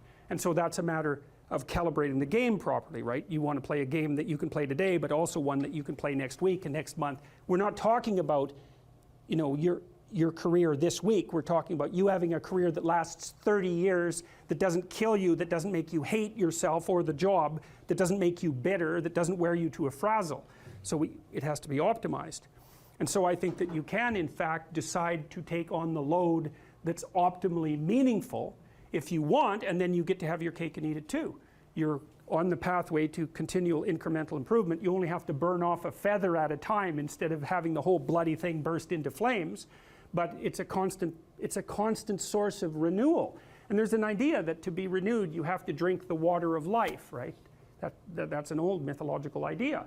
And what's the water? The water of life, chaos is water. Water is chaos. Water is what washes away too much order. And to stay continually, let's say, refreshed by the water of life is to take on exactly the right amount of chaos to make sure that your garden is properly nourished. And I think meaning is actually the marker of that. And as I said, you know that I wouldn't consider myself either naive or particularly optimistic person. I don't think I'm either of those. But this is actually an idea This is one of the only ideas that I've ever found that I really believe to be rock solid. I actually think that it's true.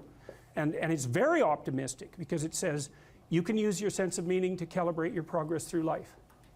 But there's rules. You have to aim at the highest possible good that you can conceive. Now, and that's subject to update, because what the hell do you know? But you start by aiming at the star you can see rather than the dimmer one that you can't yet perceive. And then you decide that you're going to do that honestly, right? That's a big decision. So the first decision, I think, in some sense, is a decision of love. You're going to decide that being is worthwhile and that you're going to work for its betterment. And that's a decision that's based on love. And the second decision is based on truth. Having made that decision, you're going to play a straight game. Having made those two decisions, I think that you can allow your sense of meaning to calibrate your pathway. And then what's so interesting is that you hit a state that's as close to paradisal as you're going to hit right away, because being engaged like that, it's better to be engaged in the solution of a complex problem than not to have a problem at all. And that's no different than saying it's better for there to be being than non-being, because being is a problem. And so if you want to have no problems, then you have no being. And you could say, well, being is so miserable that maybe that's the route we should take. And fair enough, but maybe you can have your cake and eat it too. You can have the damn problem.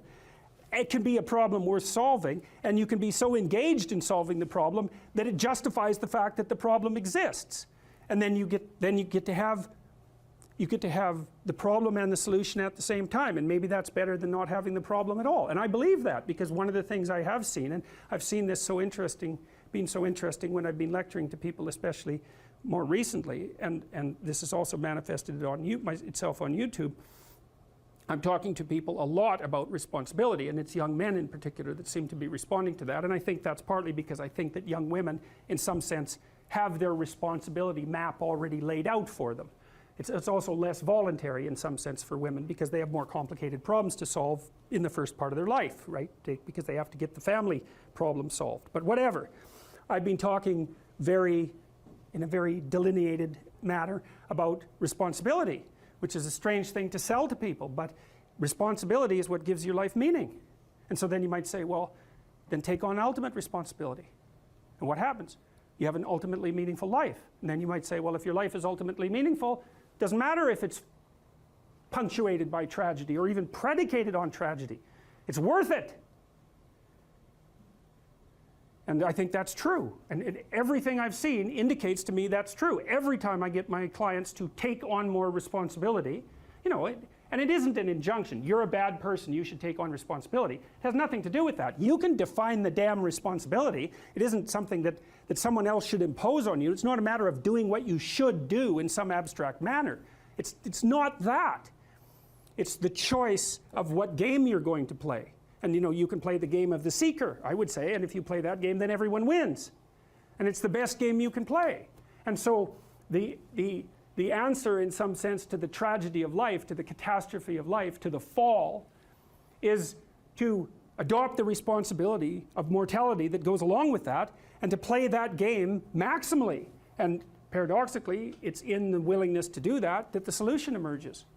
And I have done my best with every single thing I've talked to you guys about. I have done my best to do what Dostoevsky does in his novels, which is I make a proposition and then I spend months or years trying to figure out if I can take the bloody thing apart, if there's something wrong with it, because I want to find out. I want to hit it with a hammer and see if it breaks. And what I've been trying to do is to tell you all the things that I've gathered, let's say, or laid out or articulated or discovered over the last 30 years that I have not been able to break with the biggest hammer that I could take to them. And I guess that's the fundamental one, is that I believe that the idea that lurks in these images, derived from very different cultures, it's the same idea. Life is suffering. Right. Indisputable. What do you do about that? You voluntarily accept it and then strive to overcome the suffering that's a consequence of that. And you do that for you, and you do that in a way that makes it better for other people. And then that works. And one question might be, well, how well does it work? And the answer is, the only way that you can find out is by trying it. That's it. That's the existential element of it. The proof is to be derived by the incarnation of the attitude in your own life. No one can tell you how it will work for you. It's the thing that your destiny is to discover that. And you have to make the decisions to begin with. It's like, because you can't do this without commitment. You have to commit to it first. That's the act of faith that Kierkegaard was so insistent upon. You have to say, I'm going to act as if being is good. I'm going to act as if truth is the pathway to enlightenment. I'm going to act as if I should pursue the deepest meaning possible in my life. And there's reasons to do none of those. They're real reasons. So it's really a decision. But you can't find out what the consequence of the decision is unless you make the decision. I think the same thing happens when you get married, by the way. So if you think you might leave, you're not married.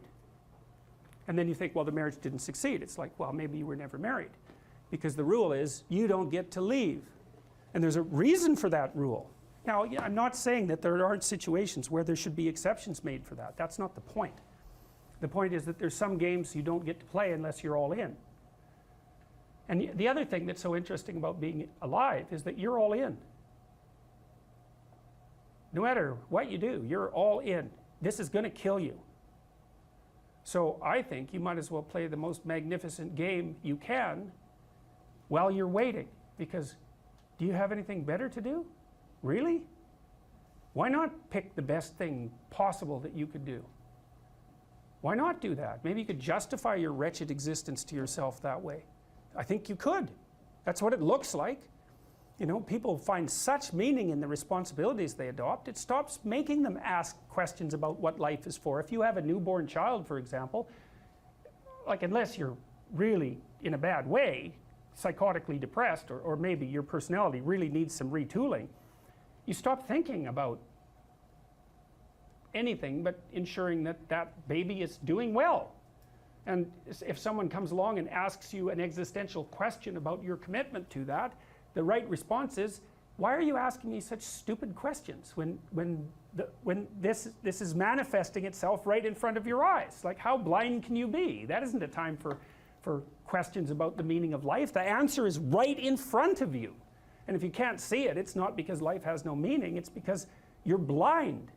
I mean, that's what the image of the Virgin Mother and the child is all about. It's like, what's the answer to the meaning of life? Here's an answer. It's like, well, I'm going to criticize that. Well, go right ahead. You know, it's like what you're like a what do you call that? A termite gnawing on a temple. There's no utility in that sort of criticism. It's blindness. And it's the same thing with regards to the path of the hero. It's like it glistens in front of you and you can criticize it. It's like, fine. Put the cart before the horse and see how far you get. So I thought, to bring full closure to the class, I was trying to solve this terrible puzzle that confronted me and many other people about how it was that human beings got themselves in such a tangle about what they believed. Such a tangle that we were pointing the ultimate weapons of destruction at one another, which, by the way, we are still doing. And I thought, okay, well, I understand that. We need our belief systems. They orient us. And that means there will be conflict between belief systems, and that can be a catastrophe. And that's being played out everywhere, again, in very many ways. What's the solution to that? Well, one possibility is there's no solution. It's just mayhem all the way around. Could be the case. But it seemed to me, as I delved into it, that the proper solution to that was to live properly as an individual. Because you're more powerful than you think. Way more powerful than you think. I mean, God only knows what you are in the final analysis. You're blind to your own weaknesses, but you're also blind to your own strengths. And so then I think, well, if you got your act together, it'd be better for you, and instantly it would be better for your family, assuming they wanted you to get your act together, and not everyone does, and then it would be better for the community. It's like, how far could you take that? If you stopped wasting time, and if you stopped lying, and if you oriented yourself to the highest possible good that you could conceive of, and you committed to that, how much good could you do? Well, I would say, why don't you find out? So that's what I think you should do. You should find out. You don't have anything better to do, and there's nothing in it, as far as I've been able to tell, there's nothing in it but good. So maybe you could sort yourself out so that you wanted nothing but the good, and then maybe you could help make that manifest in the world, and maybe we wouldn't have all these terrible problems then. At least we'd have fewer of them, and that would be a start. So it's the answer to the problem of humanity is the integrity of the individual. That's the answer. So, and states that are predicated on that realization are healthy. So, and states that aren't are doomed to stagnation and catastrophic collapse. And personalities that are predicated on self-tyranny and the tyranny of others are doomed to collapse. So, and then you think, well, what's the barrier? And the barrier is, are you willing to accept the responsibility? And part of the answer to that is, reduce the damn responsibility until it's tolerable. You don't have to fix everything at once. You could just start by fixing the things that you could fix. Or you could even do it more. You could do it with even less self-sacrifice. You could start by fixing only the things that you want to fix. God, you can get a massive way that way. So do it. See what happens. That's what you should have been taught in university right from the beginning. It's like, aim at the highest good. Tool yourself into something that can attain it. And go out there and manifest it in the world. And everything that comes your way will be a blessing. And so all you have to do is give up your resentment and your hatred. I know that's a hard thing to give up because you have plenty of reason for it. And I would say you don't just have to face the reality of unjust suffering and death in your life. You have to face the reality of hell. And you might say, well, I don't believe in hell. It's like, well, do you believe in Nazi Germany? You know, do you believe in the Stalinist Soviet Union or Maoist China or Cambodia? That's hell.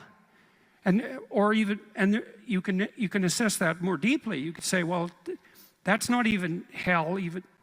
That's not as precise a formulation of hell as you might be able to conceptualize. Hell is actually participation in the process that led to the establishment of those countries. And that's something that human beings do, and the fact that we do that is something we have to face, and maybe that's even worse than death, and I think you can make a case for that. I really do. I think there are things in life that are worse than death. There are things in life that are worse than unjust suffering and death, and the things that lead to hell are worse.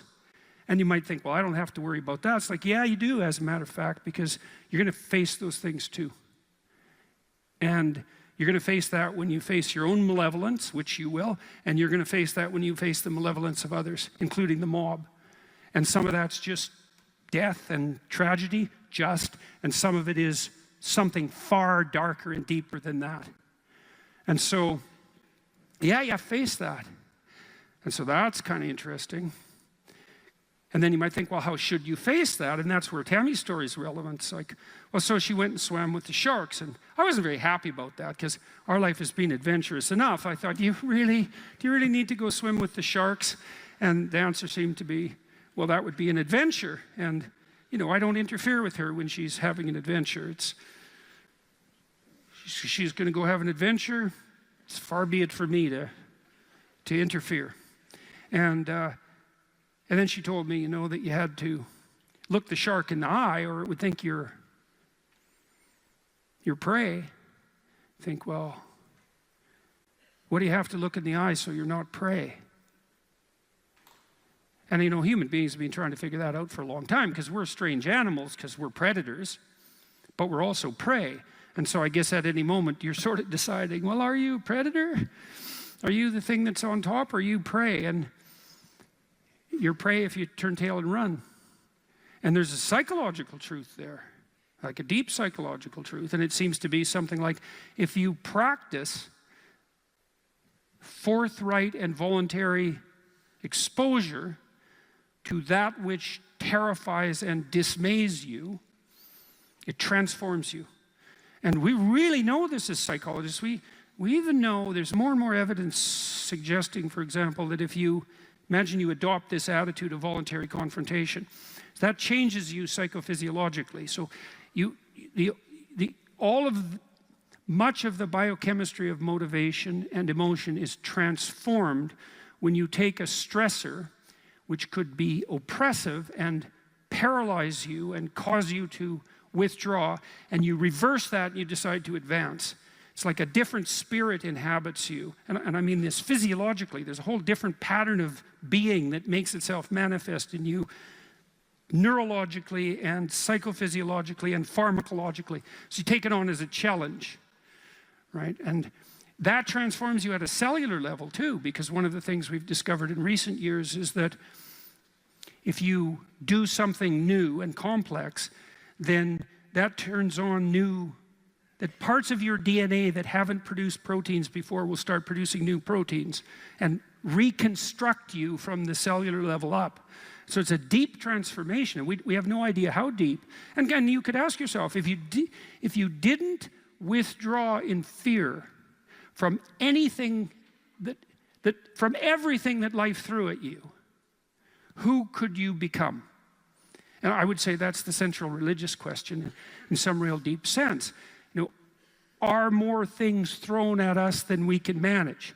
Well, that's a tricky question, because pretty dreadful things are thrown our way. And you might say, well, that just presents an insuperable barrier to progress. That's not very helpful, because you're alive, here you are, you got these problems to contend with, and if it's an impossible task, then how could you be anything but hopeless and desperate? But then you think, well, wait a second, how would things transform if I took this on as a voluntary adventure? You know, regardless of its scope, and the scope would include unjust suffering, death, and hell. And that's not just some religious or metaphysical vision. It's like, no, you're actually going to have to contend with that in your life, in whatever way those things make themselves manifest to you personally. That's coming, man. And so maybe you better get prepared. And then the question might be, well, what would happen if you got prepared? And the answer might be, you'd be prepared. And I think the religious enterprise in its deepest sense is that process of preparation. And you know, you might want to even push that a bit farther. You might say, well, not only do you want to get prepared for what's coming your way, but you want to be so prepared that when it comes your way, that it doesn't make you bitter and resentful and tempted by the desire to walk the path that would make all of that even worse.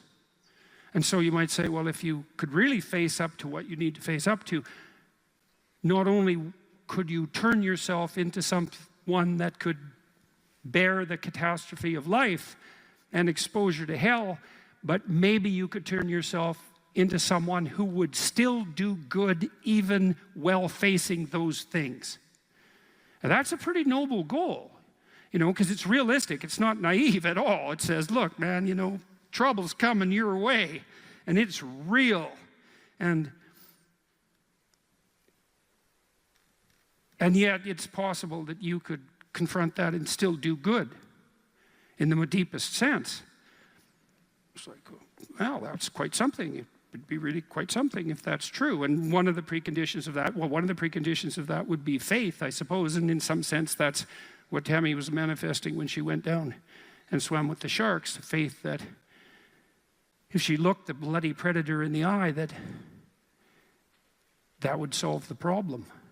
And then you think too, well, could it be any other way? It's like, well, we have all these problems in our lives, and we could think there's two possible ways of approaching those problems. One would be we just ignore them in the hopes they would what? Go away? Well, and no one thinks that's, no one who isn't a child thinks that, and very few children. Nobody believes that. We know perfectly well that If you got to face something, man, you better face it. And if you're going to face it, that's probably the best pathway forward. And then you might think, well, what does that mean ultimately? And it might mean something like, face it, you know, as deeply as you possibly can and as voluntarily as you possibly can. And there's an element of faith in that because you have to put yourself on the line. But you're kind of stuck with that anyways. You know, that's the rub.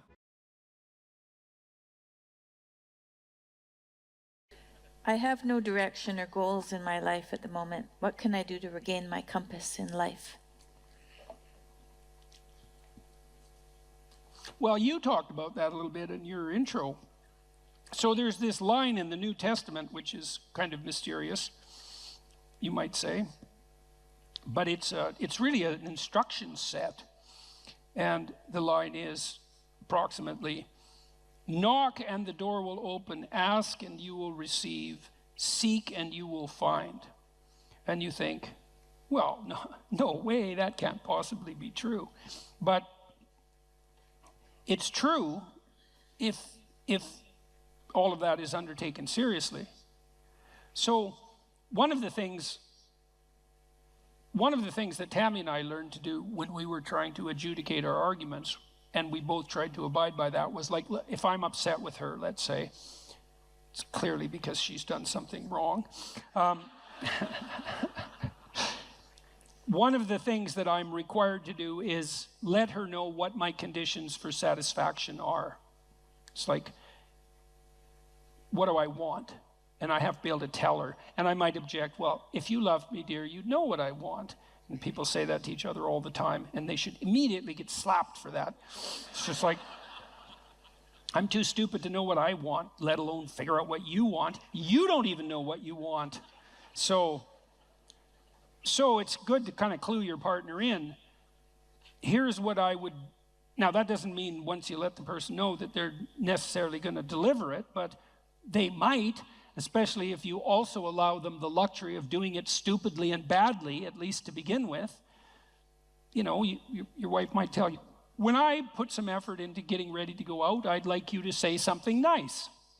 It's still a bit vague. It's like, okay, dear, exactly what would you like me to say? Well, that's an annoying thing for your wife to have to think through, and it's annoying for you maybe to have to mouth those words, but, you know, you could do it stupid and badly 20 times and maybe get a little expert at it, and by the 100th time, you're like world expert at compliment deliverer, and you can encourage her to pursue her interest in attire, let's say, and why isn't that a good thing for both of you?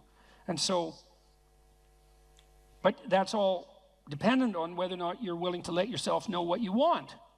And that's all dependent on whether or not you're willing to ask.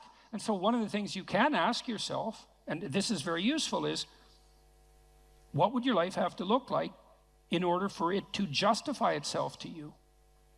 And so why would I put it that way? Well, your life is hard. It's full of suffering. It's full of malevolence, for that matter. It's full of malevolent suffering. That's coming for sure. And that's a heavy burden to bear. And you might say, well, it's so heavy that nothing at all could possibly justify it. And I think that's not a productive attitude. I think if you watch your life, you see that there are things that will grip you that do appear to justify the weight of existence. And I think you can commune with yourself, which is a form of thought. It's a form of meditative prayer, but that's a form of thought. And the thought is, what do I want?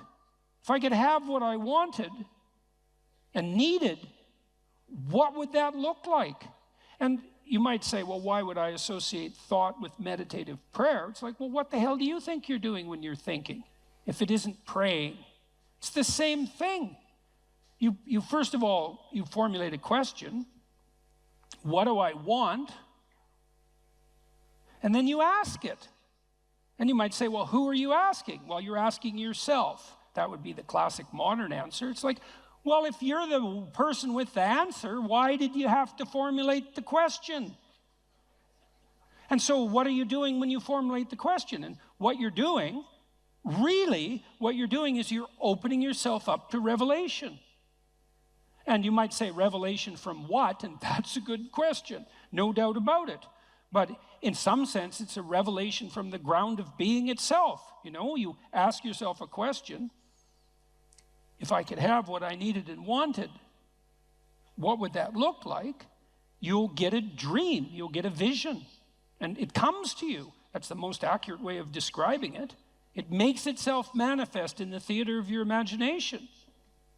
And in precise proportion to your willingness to actually formulate the question. It's a rather frightening question, you know, to find out, to allow yourself to ask yourself what it is that you really need and want, because you simultaneously make the conditions for failure clear to yourself. And people like to keep that sort of thing foggy and vague so they don't have to hold themselves accountable. But that's a dreadful mistake. That's why I wrote Rule 3, do not hide unwanted things in the fog. It's like you should sharpen your aim. You should specify your goals. Now, the price that comes along with that is you'll know when you fail. But the advantage is you'll know when you fail. You can learn. Now, more practically, you don't know where you're going or why, the person who asked this question. So let's decompose the problem a little bit. I don't know what to do with my life. Well, that's a pretty vague problem, because your life that's a big, complex, multidimensional thing, and the probability that you're going to be able to formulate an answer to the question, what's the meaning of my life, is pretty much zero. Because, well, what do you want, a one-sentence answer? Like, it's a one-sentence question. You think there's a one-sentence answer? That's not helpful. And so what I often did practically in my clinical practice, and this is useful to know, especially if you're a bit lost, is, well, where do people generally derive their sense of meaning? And it's not that complicated to figure that out. And this is also a conservative perspective in some sense. Well, most people need or want an intimate relationship and some family interaction. Maybe that's children, maybe it's with your parents or your siblings, but zero family interaction is generally not part of the optimized human condition. Most of us would like to have a friend or two. We need a job or a career to keep body and soul together, but also so that we're in harness and we can pull against a weight that in a noble and productive and generous manner. We perhaps need to be engaged in something creatively. We have to take care of ourselves mentally and physically. We should adopt some civic responsibility. We need to protect ourselves against major sources of hedonistic and impulsive temptation. There's 8 things. It's like, well, pursue one of them. Start there. You know, when I dealt with my clients who were depressed, unhappy, let's say, the first thing I would do with them is walk them through that analytic process. It's like, do you have anything in place in any of these domains? Sometimes I had people who were doing pretty good in all 8 areas and were still unhappy. Those people were depressed, technically, right? Because their lives were actually in pretty good order, but they were miserable. There was something wrong with them. They were ill in some way that was lowering their mood and destroying their positive emotion. Other people would be batting 0 on all 8 fronts. Like, they weren't depressed, they just had terrible lives. And so, really, and so what I would do with those people is, well, look, like, here's 8 things that aren't in place in your life. It's no bloody wonder you're miserable and everything seems meaningless except for the suffering, because that's a meaning too. It's like, well, why don't we start working incrementally in a few of these areas, and then we can just evaluate and see if that's helpful. And it's almost invariably helpful. You know, and part of that is, well, specify. You ask yourself, well, what do I need that I don't have? Well, maybe I'd like to have a partner.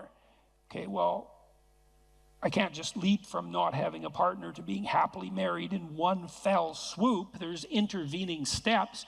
One of the things I used to do with my clients who were lonesome is say, well, look, have you tried online dating? No, I'm too afraid. It's like, well, no wonder you're afraid of it. You have your reasons. But we could start small. It's like, why don't you write out dating profile. Don't post it. Just go online one of these sites and write out a profile. Who are you? What do you have to offer? And what do you want? Think it through, write it out. Come up with a coherent story about, a coherent representation about who you are. And then figure out what you want and see how that works. We can play that through, and then maybe when you develop that in a manner that feels solid to you and reliable and genuine, and you've also developed a vision of the person that you're trying to attract, that would help you feel confident in your happiness. If you actually met that person, well, then you're ready to go. Launch it on the site and talk to the person. You know, first maybe it's just text, and then maybe it's coffee, and you know, there's incremental ways of doing this, and you can do that with all of those 8 domains. It's like, get yourself a life. And if you're firing on all cylinders in all 8 dimensions and you're still depressed, and this is a specific answer to the person formulating this question, if you're still unhappy, you should probably go see someone, because you're probably sick. You know, if you've got all of those, if you have all that skill and you have all those relationships and activities in place, and you still are suffering an excess of anxiety and pain and insufficient hope and motivation, it's highly probable that something, you know, that something's afflicting you that's in the nature of an illness.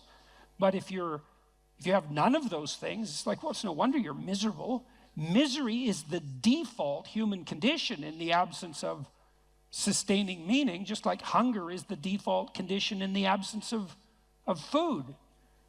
And you need productive engagement, productive, generous, reciprocal engagement, in order to provide you with the genuine meaning that sustains you in life. And the pathway, a lot of the pathway to that is pretty pragmatic and practical. You got no friends? That's likely a problem. You're a creative person, you have no creative outlet? That's not going to work out for you. No, you're lonesome because you don't have an intimate relationship? That's a source of pain. Those things have to be rectified, and you can do that incrementally, and that works.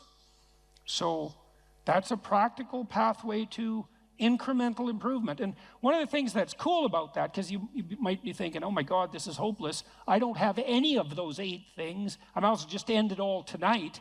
It's like, and people certainly think that, you know, and I'm not making light of it. One of the things that's very much worth knowing is that a lot of positive emotion is dependent technically on the observation, on your personal observation that you're moving towards a valued goal. See, not that you've attained the goal. So imagine that you're in your hopeless situation and you decide, well, I'm going to work on the relationship front. Now you develop a vision of what a relationship might be like, and you posit that as a promised land, let's say, and then you differentiate that so you can make incremental steps forward, and the incremental steps are small enough so that you actually take them. As soon as you start to take them and you observe yourself moving forward in relationship to that goal, then first of all, you'll be stabilized on the anxiety front, because now you have a purpose that's finite and defined. And second, you have positive emotion, because you experience positive emotion in relationship to observing yourself move towards a valued goal. So right away, you don't have to attain the goal in order to be meaningfully engaged. You just have to be on the pathway forward. And so you can benefit from this almost immediately. And if you want to do something practical, I have a program online at selfauthoring.com called Future Authoring that helps people develop a vision on these 8 different dimensions, along these 8 different dimensions that I just outlined. And you could go and do that, do it badly, because you're not going to get it perfect anyways, and then get humble enough to make the incremental steps small enough so someone as useless as you might actually do them, and then away you go. And that works out. We used this program, for example, we had students in 3 universities, but I'll talk about one, vocational college in Canada, We had all the students who were going to this vocational college. We divided them into two groups. They either wrote for 90 minutes about what they had done in the last 2 weeks in their life, or they wrote for 90 minutes about their vision across these dimensions that I described. They didn't have any training, no warning, except that they knew they were going to participate in the study, and no one even reviewed what they wrote. And we dropped the dropout rate of those students by 50% in the first year. All they needed was a compelling vision, you know, and that's what we all need. We all need a compelling vision. We're visionary creatures in the literal sense. We need a compelling vision, and one of the things our society does very badly is to encourage people, is to let people know that they are visionaries and to encourage them to develop for themselves a compelling vision. It's very sad that we don't do that, especially because if you do that with people, the results are spectacular and immediate. You know, and one of the things that's been heart-rending, I would say, for both of us, going around the world talking to people, is people frequently stop me on the street and say, the story is in some sense archetypal, although the details vary in interesting ways. I wasn't in a very good place. I was suffering, and there's usually reasons for that. And then I listened to your lectures, which of course are predicated on the observations of brilliant clinicians and psychologists, and so the ideas aren't attributable to me. They're just great ideas. I listened to your lectures and I started developing a vision and attempting to put my life together, and things are way better. It's like, what's so sad about it's very pleasing to hear that in one sense, because the upside of the story is the improvement, right? The movement away from the catastrophe. But the downside of the story is twofold. First of all, the catastrophe was there to begin with. And second, it didn't take much encouragement to fix it, which brings the question right up to the forefront. Why the hell wasn't that encouragement there to begin with? Why are so many people dying on the vine for lack of an encouraging word? Because it's definitely the case. That pertains to the mental health of young people. And it's in no small part because we do everything we can to punish the spirit out of young people. We especially do that with boys. But we're pretty good at, you can't do that to boys without doing it to girls too in the final analysis, because we're basically stuck with each other. So develop a compelling vision, and one that you're the one who judges whether or not it's compelling. You want to formulate a vision such that you apprehend the vision, you think, oh my God, if I could have that, life would be worth living. Well, yeah, that's what you want. And you might find that you're actually not that hard to satisfy. You know, that what would satisfy you, fill you with hope, stabilize you psychologically, is actually within your grasp. And certainly my experience on the clinical front was that was the case. One of the things I loved about being a clinician, I really loved this, was that generally my clients who were genuinely aiming up, because not all of them were, but most of them were, the ones who were genuinely aiming up made rapid progress. And it was extremely engaging and entertaining to work with them on that. You know, we'd set goals. I want to triple my salary in 3 years. That was fun. It's like, okay, that sounds like a war. How might you do that? And it was extraordinarily entertaining to plot that out, to strategize about it like it was a full-fledged war, you know, but a war for something positive, and a war that would benefit the person who won and also the people around them. And that's well within your grasp. There's any number of things that are right in front of you that you could radically improve with the right vision, and that would result in radical improvement, and not just for you, but for everybody around you. That's just right there in front of everyone. And it's particularly true if what's around you is pretty dismal, because if what's around you is pretty dismal, there's just no shortage of opportunity for improvement. Might be difficult, but man, there's lots of possibilities sitting there as well. So aim up, get a vision, man, and pursue it. And the more of us that do that, the better things are going to be. And it would be better if they were better than if they were worse. And we're certainly trying to sort that out on the cultural front at the moment. It's like, let's aim up, eh? Because down is very deep hole. And maybe we don't want to blunder into that again.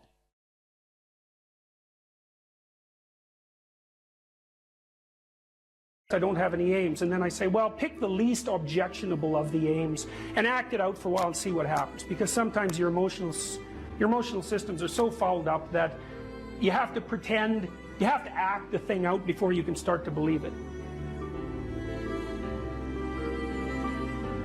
Life can be meaningful enough to justify its suffering. I thought, God, that's such a good idea. Because it's not optimistic exactly. You know, some people will tell you, well, you can be happy. It's like, those people are idiots. I'm telling you, they're idiots. There's going to be things that come along that flatten you so hard you won't believe it.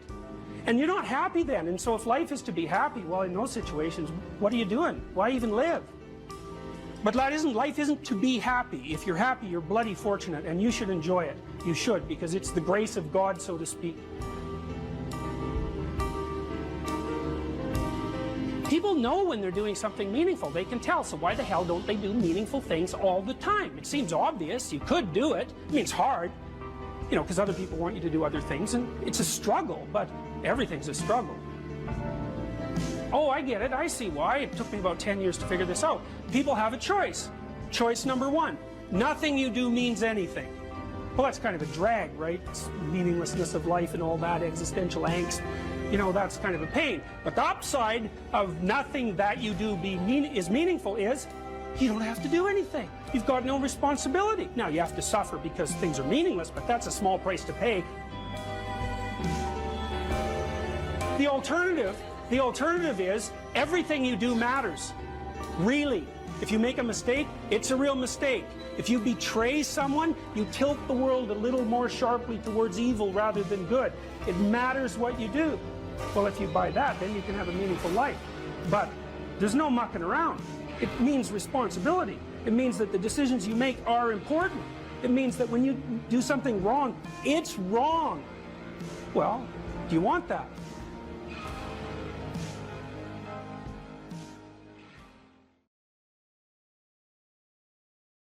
What could you do to improve yourself? Well, let's step one step backwards. The first question might be, why should you even bother improving yourself?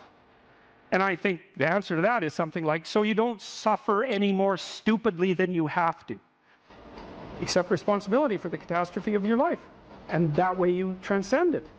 And there's an unbelievably hopeful message in there. And the message is, you're actually strong enough to do that. You just don't know it. And you won't find out till you do it. You can't find out till you do it. But if you did it, you'd find out that it was true. Bargain with the future. Wow, that's just, what an idea that is. You know, it's so unlikely. It's a massive risk. It's the ultimate in risks, right? You have to be willing to lose your life in order to find it. What you're willing to forego today's pleasure for tomorrow's advantage. And that's what sacrifice is. And I would say, start where you can start. You know, if something announces itself to you as in need of repair, that you could repair, then, hey, fix it. You fix 100 things like that, your life will be a lot different. If I wanted to spend 10 minutes making this room better, what would I have to do? And you have to ask yourself that, right? It's not a command, it's like a genuine question. And things will pop out in the room that you know, there's a stack of papers over there that's kind of bugging you, and you know that maybe a little order there would be a good thing. There's some rubbish behind your computer monitor that you haven't attended to for like 6 months, and the room would be slightly better if it was a little less dusty and the cables weren't all tangled up the same way. And if you allow yourself just to consider the expanse in which you exist at that moment, there'll be all sorts of things that'll pop out in it that you could just fix. So life is brutal, and what you have to set against that is possibility. So I would say if you're 16 and your life isn't so happy, it's like, look around and see if there are opportunities that people are granting you, even imperfect opportunities, because they're going to be imperfect, that you could exploit in the proper way and learn and grow. But the fundamental lesson, the more fundamental lesson that's underneath that is don't let what you are stop you from being what you could be. So imagine that there's you and there's the potential inside you, whatever that is. You know? And potential is an interesting idea because it represents something that isn't yet real, yet we act like it's real. And that potential is partly what you could be if you interacted with the world in a manner that would gain you the most information. You take yourself and you put yourself in a new environment. New genes turn on in your nervous system. They encode for new proteins. And so you're full of biological potential that won't be realized unless you move yourself around in the world into different challenging circumstances, and that'll turn on different circuits. Now, I often tell people too, fix the things you repeat every day, because people tend to think of those as trivial. You get up, you brush your teeth, you have your breakfast, you have your routines that you go through every day. Well, those probably constitute 50% of your life. And people think, well, they're mundane, I don't need to pay attention to them. It's like, no, that's exactly wrong. The things you do every day, those are the most important things you do. Hands down. All you have to do is do the arithmetic. You figure it out right away. So 100 adjustments to your broader domain of being, and there's a lot less rubbish around and a lot fewer traps for you to step into. Once you've got your mind and your emotions together, and once you're acting that out, then you can extend what you're willing to consider yourself and start fixing up the things that are part of your broader extent. While you're experiencing things announce themselves as in need of repair, doesn't mean that it's you right then and there that should repair them. You have to have some humility. You don't walk up to a helicopter that isn't working and just start tinkering away with it. You have to stay within your domain of competence. But most of the time, if people look at their lives, it's a very interesting thing to do. I like the idea of the room, because you can do that at the drop of a hat. Go back to where you live and sit down and think, okay, I'm going to make this place better for half an hour. What should I do? And you have to ask, and things will just pop up like mad. And it's partly because your mind is a very strange thing. As soon as you give it an aim, a genuine aim, it'll reconfigure the world in keeping with that aim. That's actually how you see to begin with. And so if you set it a task, especially, you have to be genuine about it, which is why you have to bring your thoughts and emotions together, and then you have to get them in your body so you're acting consistently. You have to be genuine about the aim, but once you aim, the world will reconfigure itself around that aim, which is very strange. And it's technically true. And so I think that you can, in fact, decide to take on the load that's optimally meaningful if you want, and then you get to have your cake and eat it too. You're on the pathway to continual incremental improvement. You only have to burn off a feather at a time instead of having the whole bloody thing burst into flames. It's a constant source of renewal. And there's an idea that to be renewed, you have to drink the water of life. That's an old mythological idea. Chaos is water. Water is chaos. Water is what washes away too much order. And to stay continually refreshed by the water of life is to take on exactly the right amount of chaos to make sure that your garden is properly nourished. And I think meaning is actually the marker of that. You don't choose your interests, they choose you. And that's really worth thinking about too, man, because, it's really hard to get interested in something you're not interested in, even if you know there's a good reason for it. You're studying for an exam, you find the material boring, anything will be more interesting than the study. Even though you know that that's what you need to do, you can't voluntarily grab yourself by the scruff of the neck, let's say, and shake yourself and say, sit down and concentrate. Your mind will just go everywhere. But then if you're interested in something, and even if it's something you shouldn't be interested in, because that happens all the time, then it's like you're a laser focused, man. You can pay attention forever. You can work until you're exhausted. You won't even notice it, and you remember everything. It's like, okay, if you can't control your interest, what does? Your interest was being manipulated behind the scenes by unseen forces that were associated with your characterological development across time. That was the manifestation of the self. So the self is the potential you, let's say. And the way it operates in the present is by gripping your interest and directing it somewhere. And that's part of the instinct of self-realization. It's a mind-boggling idea, it really is. The potential that you are has to manifest itself somehow in the here and now. It has to. And what better way than by directing your attention? You know, it's like, it seems like this might be useful for you. Maybe you get attracted to this person. Maybe you admire this person. That happens with kids a lot. They'll admire someone and then copy them. And you can see that that's obviously part of their developmental progression, right? It's a form of hero worship, but kids are very imitative and they hero worship at the drop of a hat. And so they're entranced by the next stage of development. And if they see someone who embodies that, especially if it's in the zone of proximal development, it's something they could achieve, stretching a bit. They find someone who embodies that next stage of development, and then they start to imitate them and act like them. Well, adults are no different. We're no different. We do it at a perhaps more abstract and sophisticated level.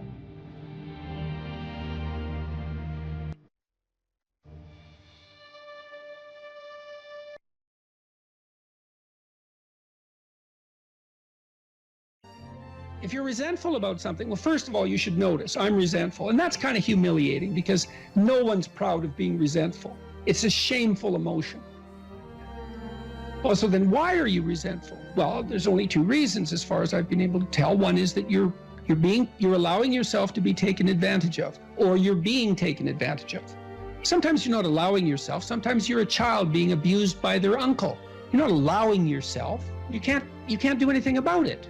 You're resentful because you're being taken advantage of or because you're immature. It's one of those two things. Figure out which it is and then take the steps necessary to address it. Living a life without resentment is a great goal. People are often resentful if they see that responsibility has been abdicated. Why isn't that person doing their job?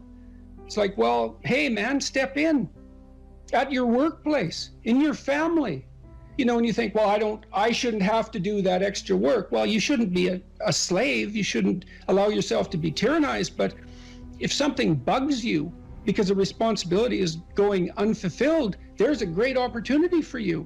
And this is something I don't think we teach young people well. And one of the things, you may remember this, that was so striking about the tour was that I made a case fairly consistently that most people find the meaning that sustains them through the vicissitudes of life, not in happiness, but in responsibility.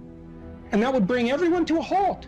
It would always make the whole theater silent. It's like, oh, I never thought of that connection. Because maybe you want to avoid responsibility, and you can understand why. You can understand why. You hide from it. That is what you encounter if you go out in the world and you think, who the hell wants that? I don't want the responsibility. It's like, well, yes, you do, as it turns out. There's nothing better than responsibility. Now, you know, I say that with some caution. I think that it's hard to say. The responsibility, I've been overwhelmed by my apparent responsibility, but I think it's also kept me alive. And I mean that literally. And so, wait, can you go a little deeper with that? I mean, when you were at your darkest moments in the last 2 years, whatever that might be, was it the feeling there's been many times in the last year where it would have been much easier for me just to be dead. That's constant. So, but no. But is it but no because of something in you, or is it but no because of the people that you would have abdicated that responsibility of the people, or is that ultimately the same thing? It. Yeah. Well, I do think the two aren't easily distinguishable, but it's definitely that. It's definitely that. You know. And it's one of the chapters, the last chapter, is be grateful in spite of your suffering. You know, you need a meaning to sustain you through suffering, and it is the case that you find that in responsibility. Well. And so it's good advice for anyone who's at work. You're resentful about this and that because people aren't pulling their weight. Pull it. See what happens. You become indispensable instantly. You'll know everything. And maybe that job won't be for you, or maybe that relationship won't be for you, but you'll take your hard acquired wisdom and go elsewhere and flourish there. So, you know, this kid stopped me. I think I wrote about this in this book. Kid stopped me in a restaurant one day when I was walking in, and he said, and he had an undergraduate degree, and he was working as a waiter in a chain steak place. And he stopped me and he said, you know, about 6 months ago, I was watching one of your lectures and I decided to stop being resentful about my job. And he was resentful because he had a university degree and he's working as a waiter. You know, and look, I don't have anything against waiters. It's like a waiter can make your evening, you know, hooray. He said, well, I decided I'd start trying at my job, like really trying as if it was worthwhile. He said he got 3 promotions in 6 months, like he's just rocketing up the power hierarchy. Well, it's not power, it's competence if it's well run. You know, and places are full of opportunity. There's always people out there who are doing far better than you on pretty much anything you want to imagine. And if all you're doing is seeing yourself in their reflected light, let's say, then it's going to be pretty damn dismal. But it's not a good comparison because, well, first of all, there's danger in just comparing yourself to others, period, because they're not you. And God only knows what struggles they had to undertake to get to where they were, or what burdens they're currently carrying that you're not aware of. But you can certainly contrast yourself with yourself. And that's a lot better. It is the only way. Well, it's also the only way of really measuring anything approximating proper improvement. You can actually tell when you're a little better than you were yesterday. Right. And you can actually do that. That's another thing that's so interesting about it, is that you can actually make yourself a little better in some way, pretty much. Well, I don't know if it's at every moment, but you can certainly do it every day. Let's say you want to become who you could be in the fullest sense. So let's say you're someone who's going to solve some serious problems. Okay, the first thing you have to do is admit to the seriousness of the problems. That's no joke. And so the first thing is just the terror of the problem itself. And that's enough to paralyze me. And that's the Hydra, that's the Gorgon with the head of snakes. It'll paralyze and turn you to stone. That's the basilisk in the Harry Potter series. You look at it and it turns you to stone and lurks underneath everything, right? And it's malevolence and tragedy. And so there's that. And then the next is, well, you're going to take responsibility for that? You're really going to do that, are you? That's a hell of a load, man. And so it's daunting to even consider that. And then there's the discipline and responsibility that necessitates, which is also daunting. It's like, oh my God, the problem's that serious. I'm really going to have to get my act together in order to not contribute to it, much less solve it. And so the problem is terrible. And then the solution is daunting. But the upside of that is like, well, there isn't anything better to have than a problem that's worth solving, like that's really worth solving. Right. And so the more of that you take on, the more you have a reason to get out of bed in the morning, no matter what. Like, I'm getting up, I'm trudging forward. Doesn't matter what I'm suffering from. I've got things that need to be done. They're necessary. And that gives you that sense of purpose that is the antidote to bitterness. Okay, well, let's say you want your life to be meaningful. It's like, okay, then what you do matters. It actually matters. Or how starting to clean up the room changed their life. That's quite fun because it's something I always tell people to do instead of going out and protesting. Jesus, I just can't stand Cleaning that. up the room? Yeah. Meaning? Well, my sense is that if you want to change the world, you start from yourself and work outward because you build your competence that way. It's like, I don't know how you can go out and protest the structure of the entire economic system if you can't keep your room organized. Well, I made a video call, which was called Message to Millennials, where it was called How to Change the World Properly. A bit of on the pretentious side, I suppose, but I was trying to produce something that was a counterposition to this idea that what you should do is go out and fix up other people.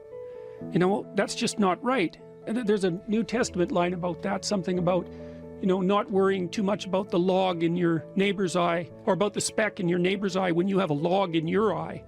What would the world be like if people stopped avoiding the things they knew they should do? You know, because the question is, how much are we contributing to the fact that life is an existential catastrophe and a tragedy? How much is our own corruption contributing to that? That's a really worthwhile question. The things you leave undone because you're angry, you're resentful, you're lazy, you have inertia. Well, you consult your conscience and it says, well, you know, that place over there could use a little work. It's the same as working on yourself, and so you clean that up because you can. And then things are a little clearer around you. And you're a little better off because you've practiced a bit. And so you're a little stronger. And then something else manifests itself and says, well, maybe you could like take a crack at fixing me up too. So you decide to do that. And then that gets a little bit more pristine, you know, and soon, and it's humble because you're not exceeding your domain of competence.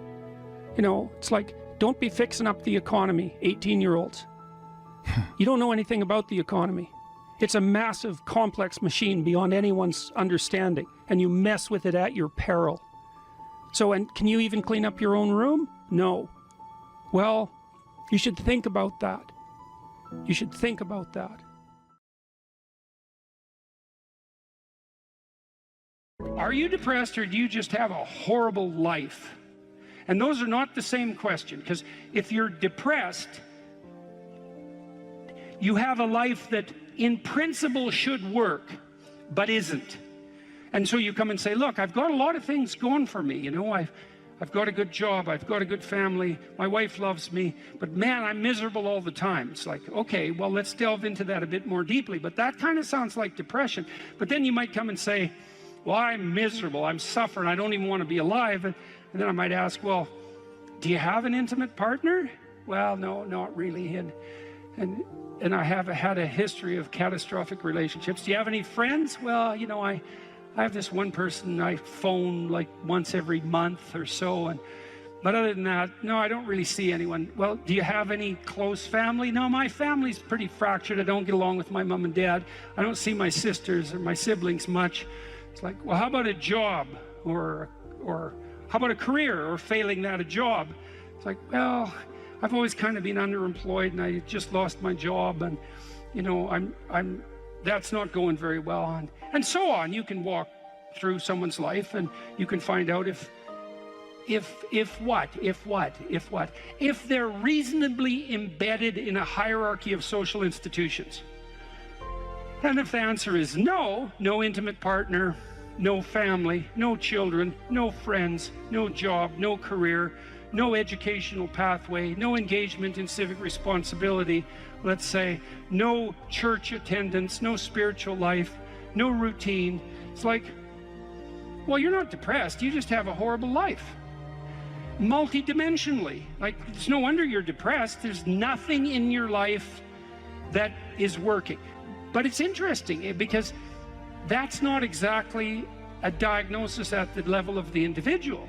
It's a diagnosis in relationship to the relationship between the individual and this structure of containing social institutions.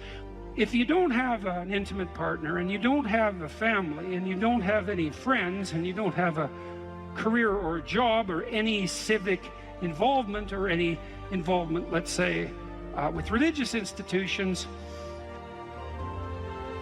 and you don't have any creative striving, all you've got left is pain. And so that's what you have. And so here's a different way of thinking about sanity. Sanity isn't being well constituted as an atomized individual. Sanity is what makes itself manifest if you're properly situated in a hierarchy of social order. To be well constituted, you have to be a harmonious player in a multidimensional symphony in some real sense of social interaction. It's very hard to stay on the straight and narrow without a partner who doesn't share your blind spots, correcting you constantly. You know, now that's annoying. There's a tussling about it, right? There's a fractious and adversarial element to that, because if you're married, you don't see eye to eye, and thank God for that, because sometimes in your foolish insistence on being right, you're wrong, and wrong in a way that'll take you out. And so you better have a partner who doesn't think the same way you do. And fortunately, if you have a partner, you have a partner who doesn't think the same way you do. And so if you can get the dialogue flowing, then that's a mutually corrective mechanism. And so then you might say, well, the truthful dialogue between partners in a marriage is actually, it's the process by which sanity itself is generated. And I mean technically, it's like you're too complex to regulate yourself, period. And so you need other people to help you do that. So if you have a wife or a husband, someone who knows you and is there for the long run, they can help, you can help each other find the meaningful path and stay on it. And you can't do that alone. And probably just having a partner isn't enough. you need kids, likely, to keep you sane or to drive you crazy, depending on the nature of your children, let's say. You need family, you need your parents, you need your siblings, you need another community around you that's not merely your wife, because you're so crazy that it takes a village to keep you sane. And so, and then surrounding that more intimate web of kinship, you need friends. And friends keep you sane. Well, how? Well, you have to act in a manner that makes them want to be around you to have friends. And that means that to maintain your friendships, you have to be saner than you really are, right? You have to be, they have to be able to enjoy their time with you. If you practice forthright and voluntary exposure to that which terrifies and dismays you, it transforms you. And we really know this as psychologists. We even know there's more and more evidence suggesting, for example, that if you imagine you adopt this attitude of voluntary confrontation, that changes you psychophysiologically. So much of the biochemistry of motivation and emotion is transformed when you take a stressor which could be oppressive and paralyze you and cause you to withdraw, and you reverse that and you decide to advance. It's like a different spirit inhabits you. And I mean this physiologically. There's a whole different pattern of being that makes itself manifest in you neurologically and psychophysiologically and pharmacologically. So you take it on as a challenge, right? And that transforms you at a cellular level too, because one of the things we've discovered in recent years is that if you do something new and complex, then that turns on that parts of your DNA that haven't produced proteins before will start producing new proteins and reconstruct you from the cellular level up. So it's a deep transformation, and we have no idea how deep. And again, you could ask yourself, if you didn't withdraw in fear from anything from everything that life threw at you, who could you become? And I would say that's the central religious question in some real deep sense. You know, are more things thrown at us than we can manage? Well, that's a tricky question, because pretty dreadful things are thrown our way. And you might say, well, that's just presents an insuperable barrier to progress. That's not very helpful, because you're alive, here you are, you got these problems to contend with, and if it's an impossible task, then how could you be anything but hopeless and desperate? But then you think, well, wait a second, how would things transform if I took this on as a voluntary adventure, you know, regardless of its scope? And the scope would include unjust suffering, death, and hell. And that's not just some religious or metaphysical vision. It's like, no, you're actually going to have to contend with that in your life, in whatever way those things make themselves manifest to you personally. That's coming, man. And so maybe you better get prepared. And then the question might be, well, what would happen if you got prepared? And the answer might be, you'd be prepared. And I think the religious enterprise in its deepest sense is that process of preparation. And you know, you might want to even push that a bit farther. You might say, well, not only do you want to get prepared for what's coming your way, but you want to be so prepared that when it comes your way, that it doesn't make you bitter and resentful and tempted by the desire to walk the path that would make all of that even worse. And so you might say, well, if you could really face up to what you need to face up to, not only could you turn yourself into someone that could bear the catastrophe of life and exposure to hell, but maybe you could turn yourself into someone who would still do good even while facing those things. And that's a pretty noble goal.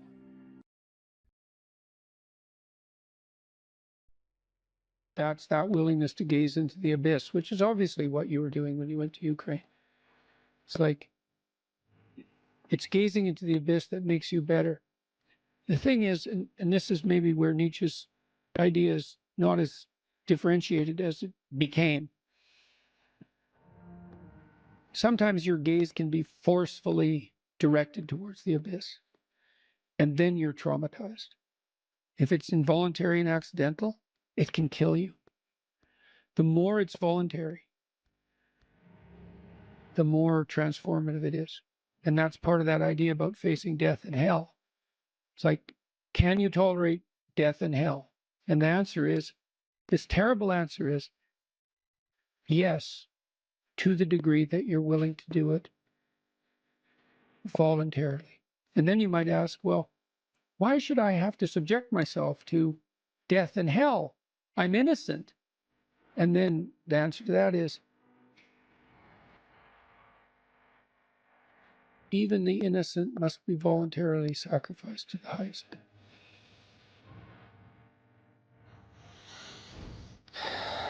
That's such an interesting distinction. Voluntary suffering. Voluntary, yeah. Yeah. Well, that's why the central Christian doctrine is pick up your cross and follow me. And I'm speaking not in religious terms saying that. I'm just speaking as a psychologist. It's like one of the things we've learned in the last 100 years is voluntary exposure to that which freezes and terrifies you in measured proportions is curative.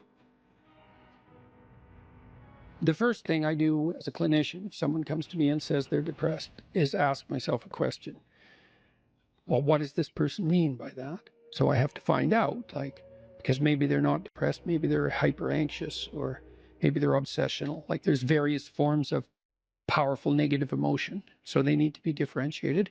But then the next question you have to ask is, well, are you depressed? Or do you have a terrible life? Or is it some combination of the two? So if you're depressed, as far as I can tell, you don't have a terrible life.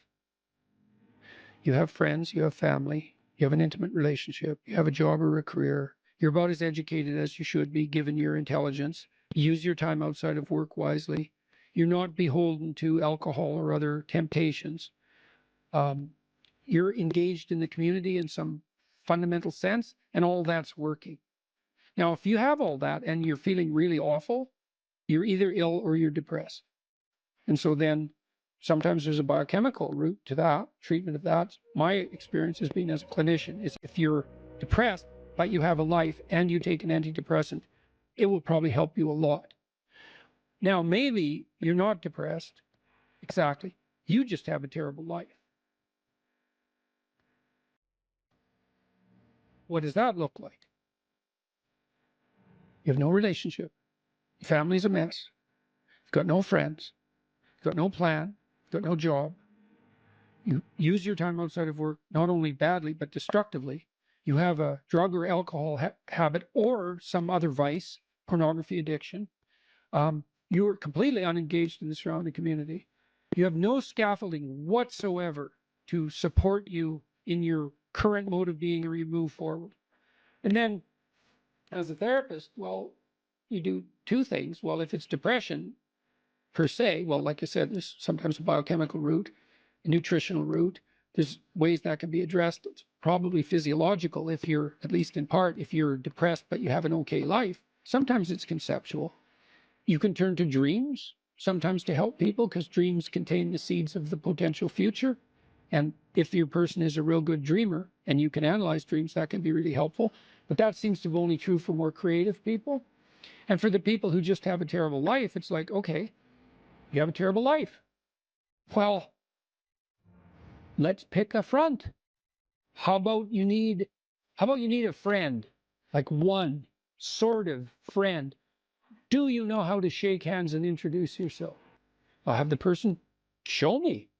So let's do it for a sec. So, yes, hi, I'm Jordan. And people don't know how to do that. And then they can't even get the ball rolling. For the listener, Jordan just gave me a firm handshake. Yeah, as opposed to a dead fish. You know, and there's these elementary social skills that hypothetically, if you were well cared for, you learned when you were like 3.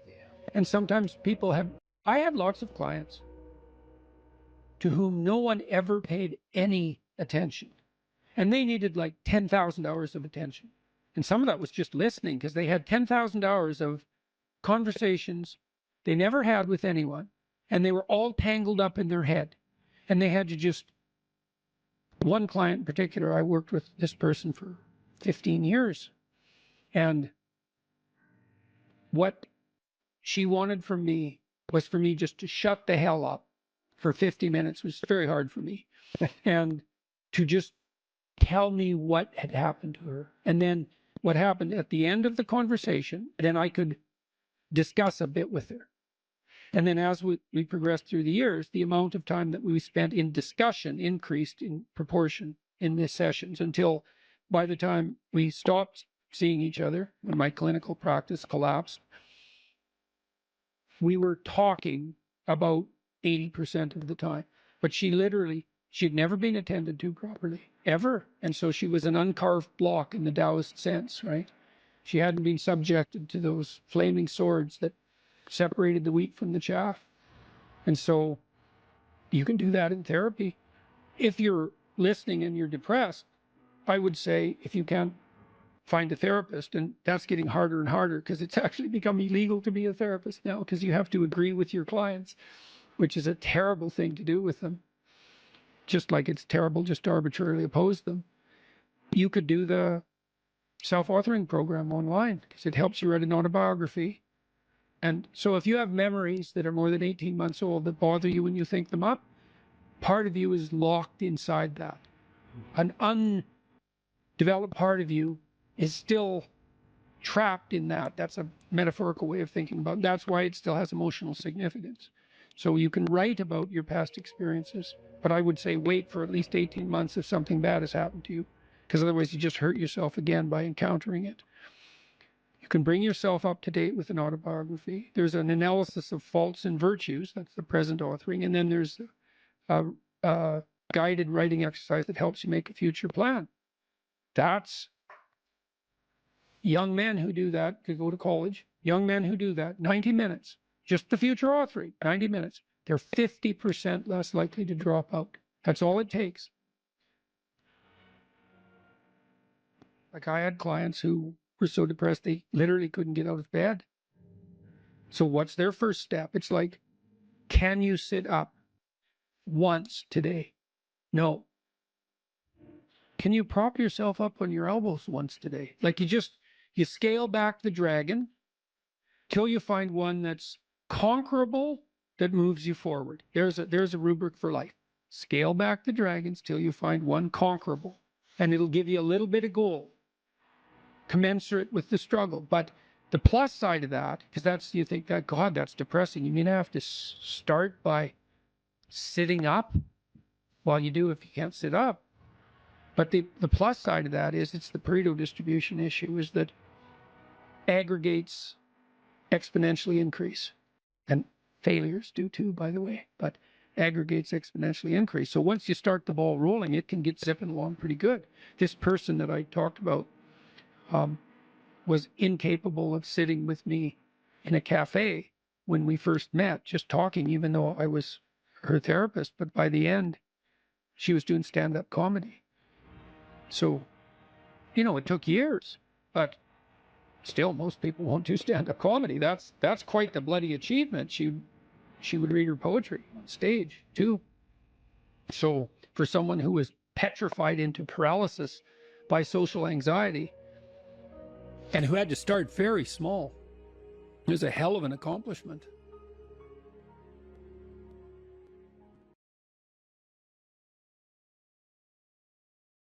You're sitting on the edge of the bed trying to have an honest dialogue with yourself, and the little voice says, it's pretty disgusting in here.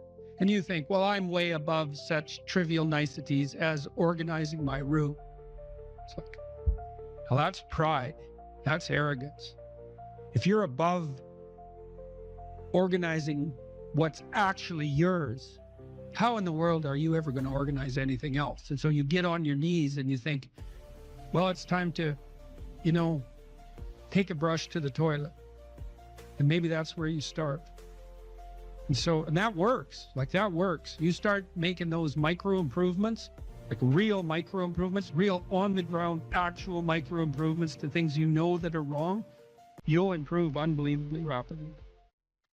There's always people out there who are doing far better than you on pretty much anything you want to imagine. And if all you're doing is seeing yourself in their reflected light, let's say, then it's going to be pretty damn dismal. But it's not a good comparison because, well, first of all, there's danger in just comparing yourself to others, period, because they're not you. And God only knows what struggles they had to undertake to get to where they were, or what burdens they're currently carrying that you're not aware of. But you can certainly contrast yourself with yourself. And that's a lot better. It is the only way. Well, it's also the only way of really measuring anything approximating proper improvement. You can actually tell when you're a little better than you were yesterday. Right. And you can actually do that. That's another thing that's so interesting about it, is that you can actually make yourself a little better in some way, pretty much. Well, I don't know if it's at every moment, but you can certainly do it every day. Let's say you want to become who you could be in the fullest sense. So let's say you're someone who's going to solve some serious problems. Okay, the first thing you have to do is admit to the seriousness of the problems. That's no joke. And so the first thing is just the terror of the problem itself. And that's enough to paralyze you, right? And that's the Hydra, that's the Gorgon with the head of snakes. It'll paralyze you and turn you to stone. That's the basilisk in the Harry Potter series. Mm-hmm. You look at it and it turns you to stone and lurks underneath everything, right? And it's malevolence and tragedy. And so there's that. And then the next is, well, you're going to take responsibility for that? You're really going to do that, are you? That's a hell of a load, man. And so it's daunting to even consider that. And then there's the discipline and responsibility that necessitates, which is also daunting. It's like, oh my God, the problem's that serious. I'm really going to have to get my act together in order to not contribute to it, much less solve it. And so the problem is terrible. And then the solution is daunting. But the upside of that is like, well, there isn't anything better to have than a problem that's worth solving, like that's really worth solving, right? And so the more of that you take on, the more you have a reason to get out of bed in the morning, no matter what.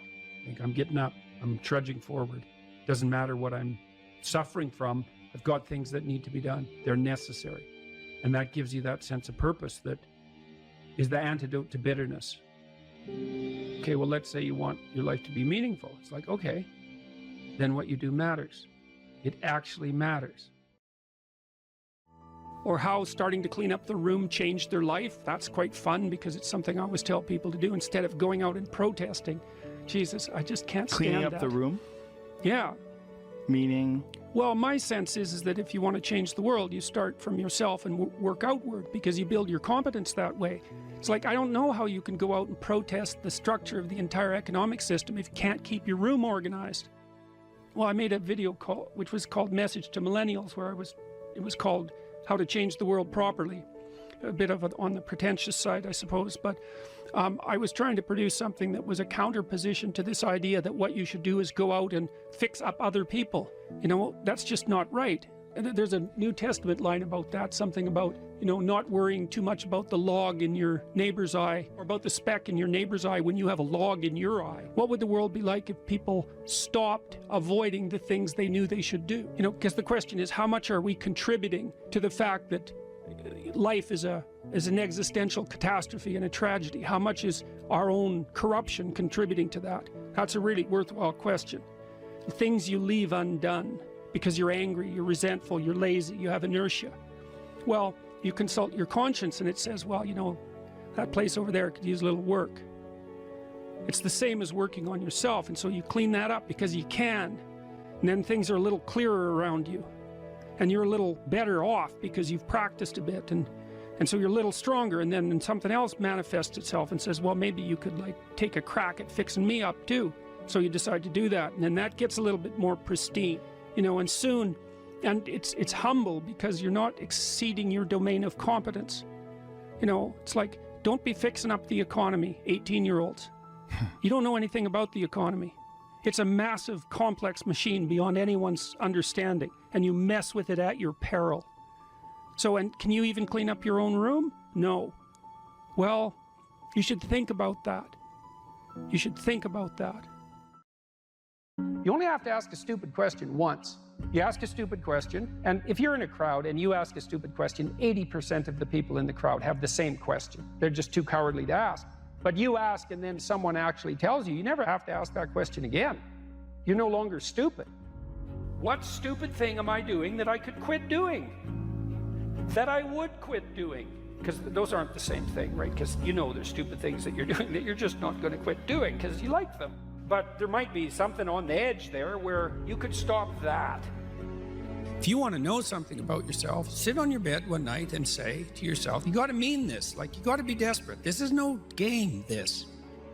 My life is not everything I want it to be, and perhaps it's not everything that I need it to be. And by need, I mean my life is so unbearable that the suffering that's attendant upon that is make me nihilistic, cynical, bitter, resentful, driving the proclivity to see evil everywhere except within my own heart. Like, these are problems, man. And you ask yourself, you sit on the bed and say, okay, man, I'm ready to learn something. What's one thing I'm doing wrong that I know I'm doing wrong, that I could fix, that I would fix? It's like, you meditate on that, you'll get an answer. And it won't be one you want, but it'll be the necessary one. You know, and it's often something that will point you to small things. Like, that works. You start making those micro improvements, like real micro improvements, real on the ground, actual micro improvements to things you know that are wrong, you'll improve unbelievably rapidly. There's never been a better time for the majority of people to be alive. And the future, although we're vulnerable and terrible things can always happen to us, it's hard to make a case that the future doesn't look comparatively positive. We're becoming extremely technologically sophisticated, and the world is changing at an incredibly rapid rate. And the only way we're going to be able to manage that in a positive way is if each of us, or as many of us as possible, are capable of making wise and careful and truthful decisions. And if we do that, then maybe things can continue to improve. You don't get people to stand up on their own 2 feet and to adopt responsibility if everything is given to them. And that's a real conundrum.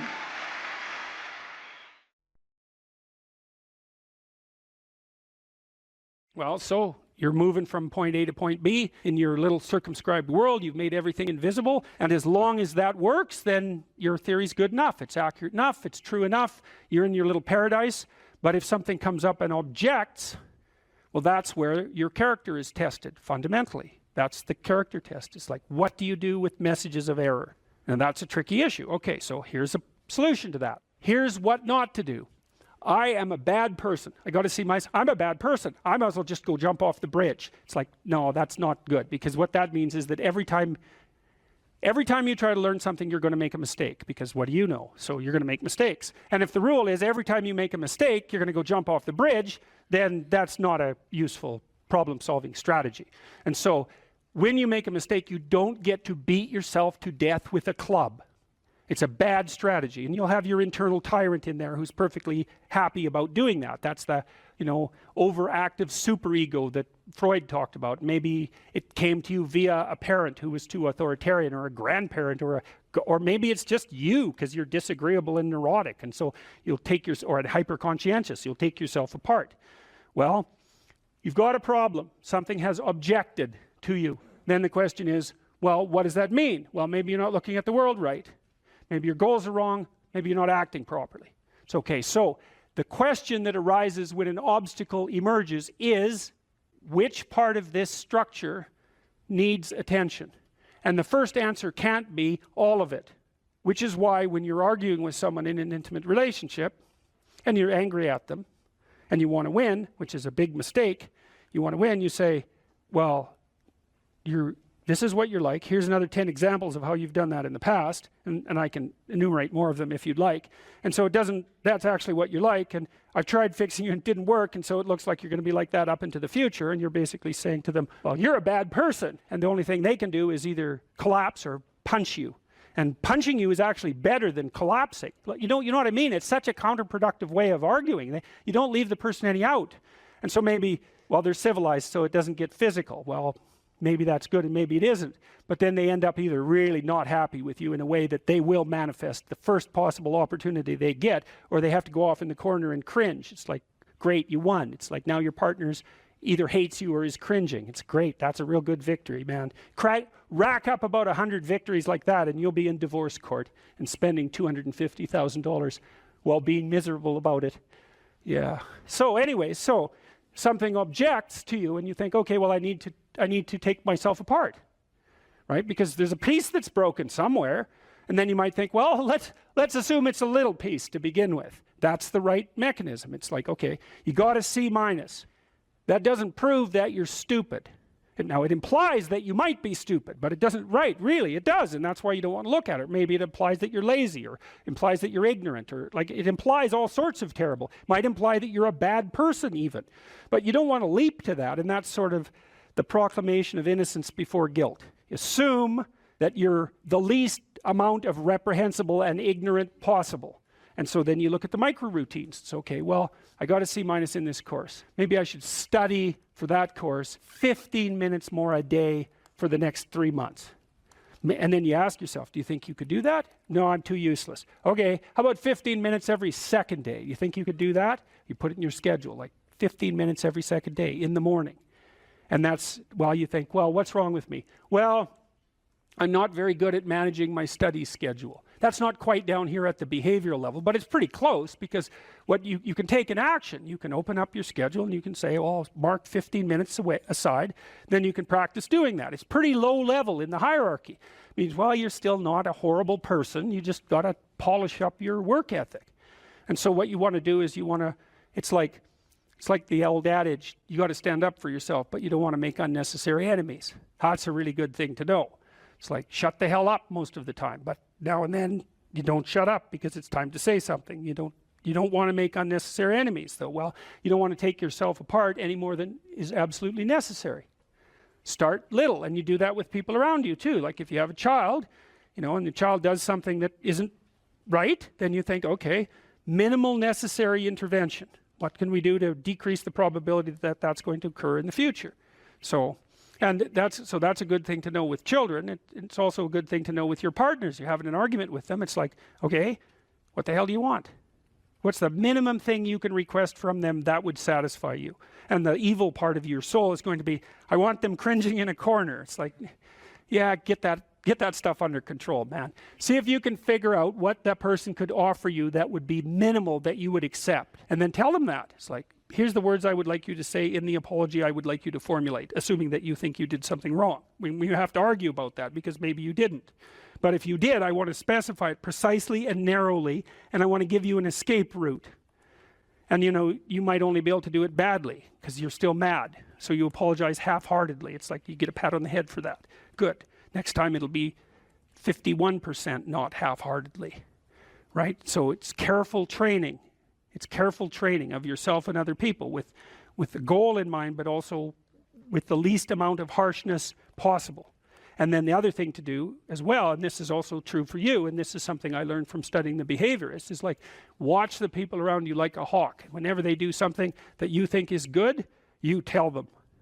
That's wisdom, man. You'll get so far with that you cannot bloody well believe it, because most people, they're afraid of any number of things, but one of the things they're really afraid of is that now and then they'll creep out of their cynical shell and try to do something good. It's like they're popping out this thing that's unbelievably vulnerable. They'll try to do something good and creep right back into their persona, and they'll look around and see if anyone noticed.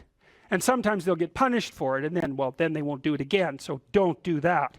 But then now and then you think, hey, I saw you do this. That was actually pretty good. And they think, oh, wow, someone noticed. It's like, wow. And then they'll think, yeah, I could do that again.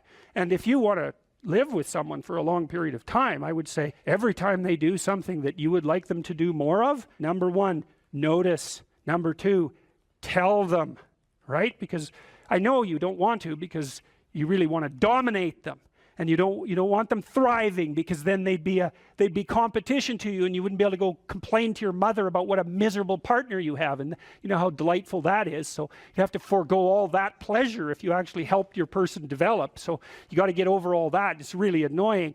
So you know, you've got this person pegged as, yeah, you're stuck with them, and you know, maybe it's the best you can do, but you got one eye open. And then every time they do something good, you don't want to notice, because if that elevated them a little bit, you wouldn't be able to feel so resentful and miserable and keep your eye open for the next possible affair. And that is what people are like. That is what people are like, and that's what you're like too. That's what people are like. So you got to decide if that's what you want, or you want to help the person that you're with grow. You know, now it's dangerous because they might outshine you. Well, good. Then you have someone to compare yourself to. That'd be a good deal. It's really rough with kids, you know, because parents will stop their children from succeeding beyond them. They get jealous, and then they'll put them down, and then they have kids that do not like them, and they'll pay for it.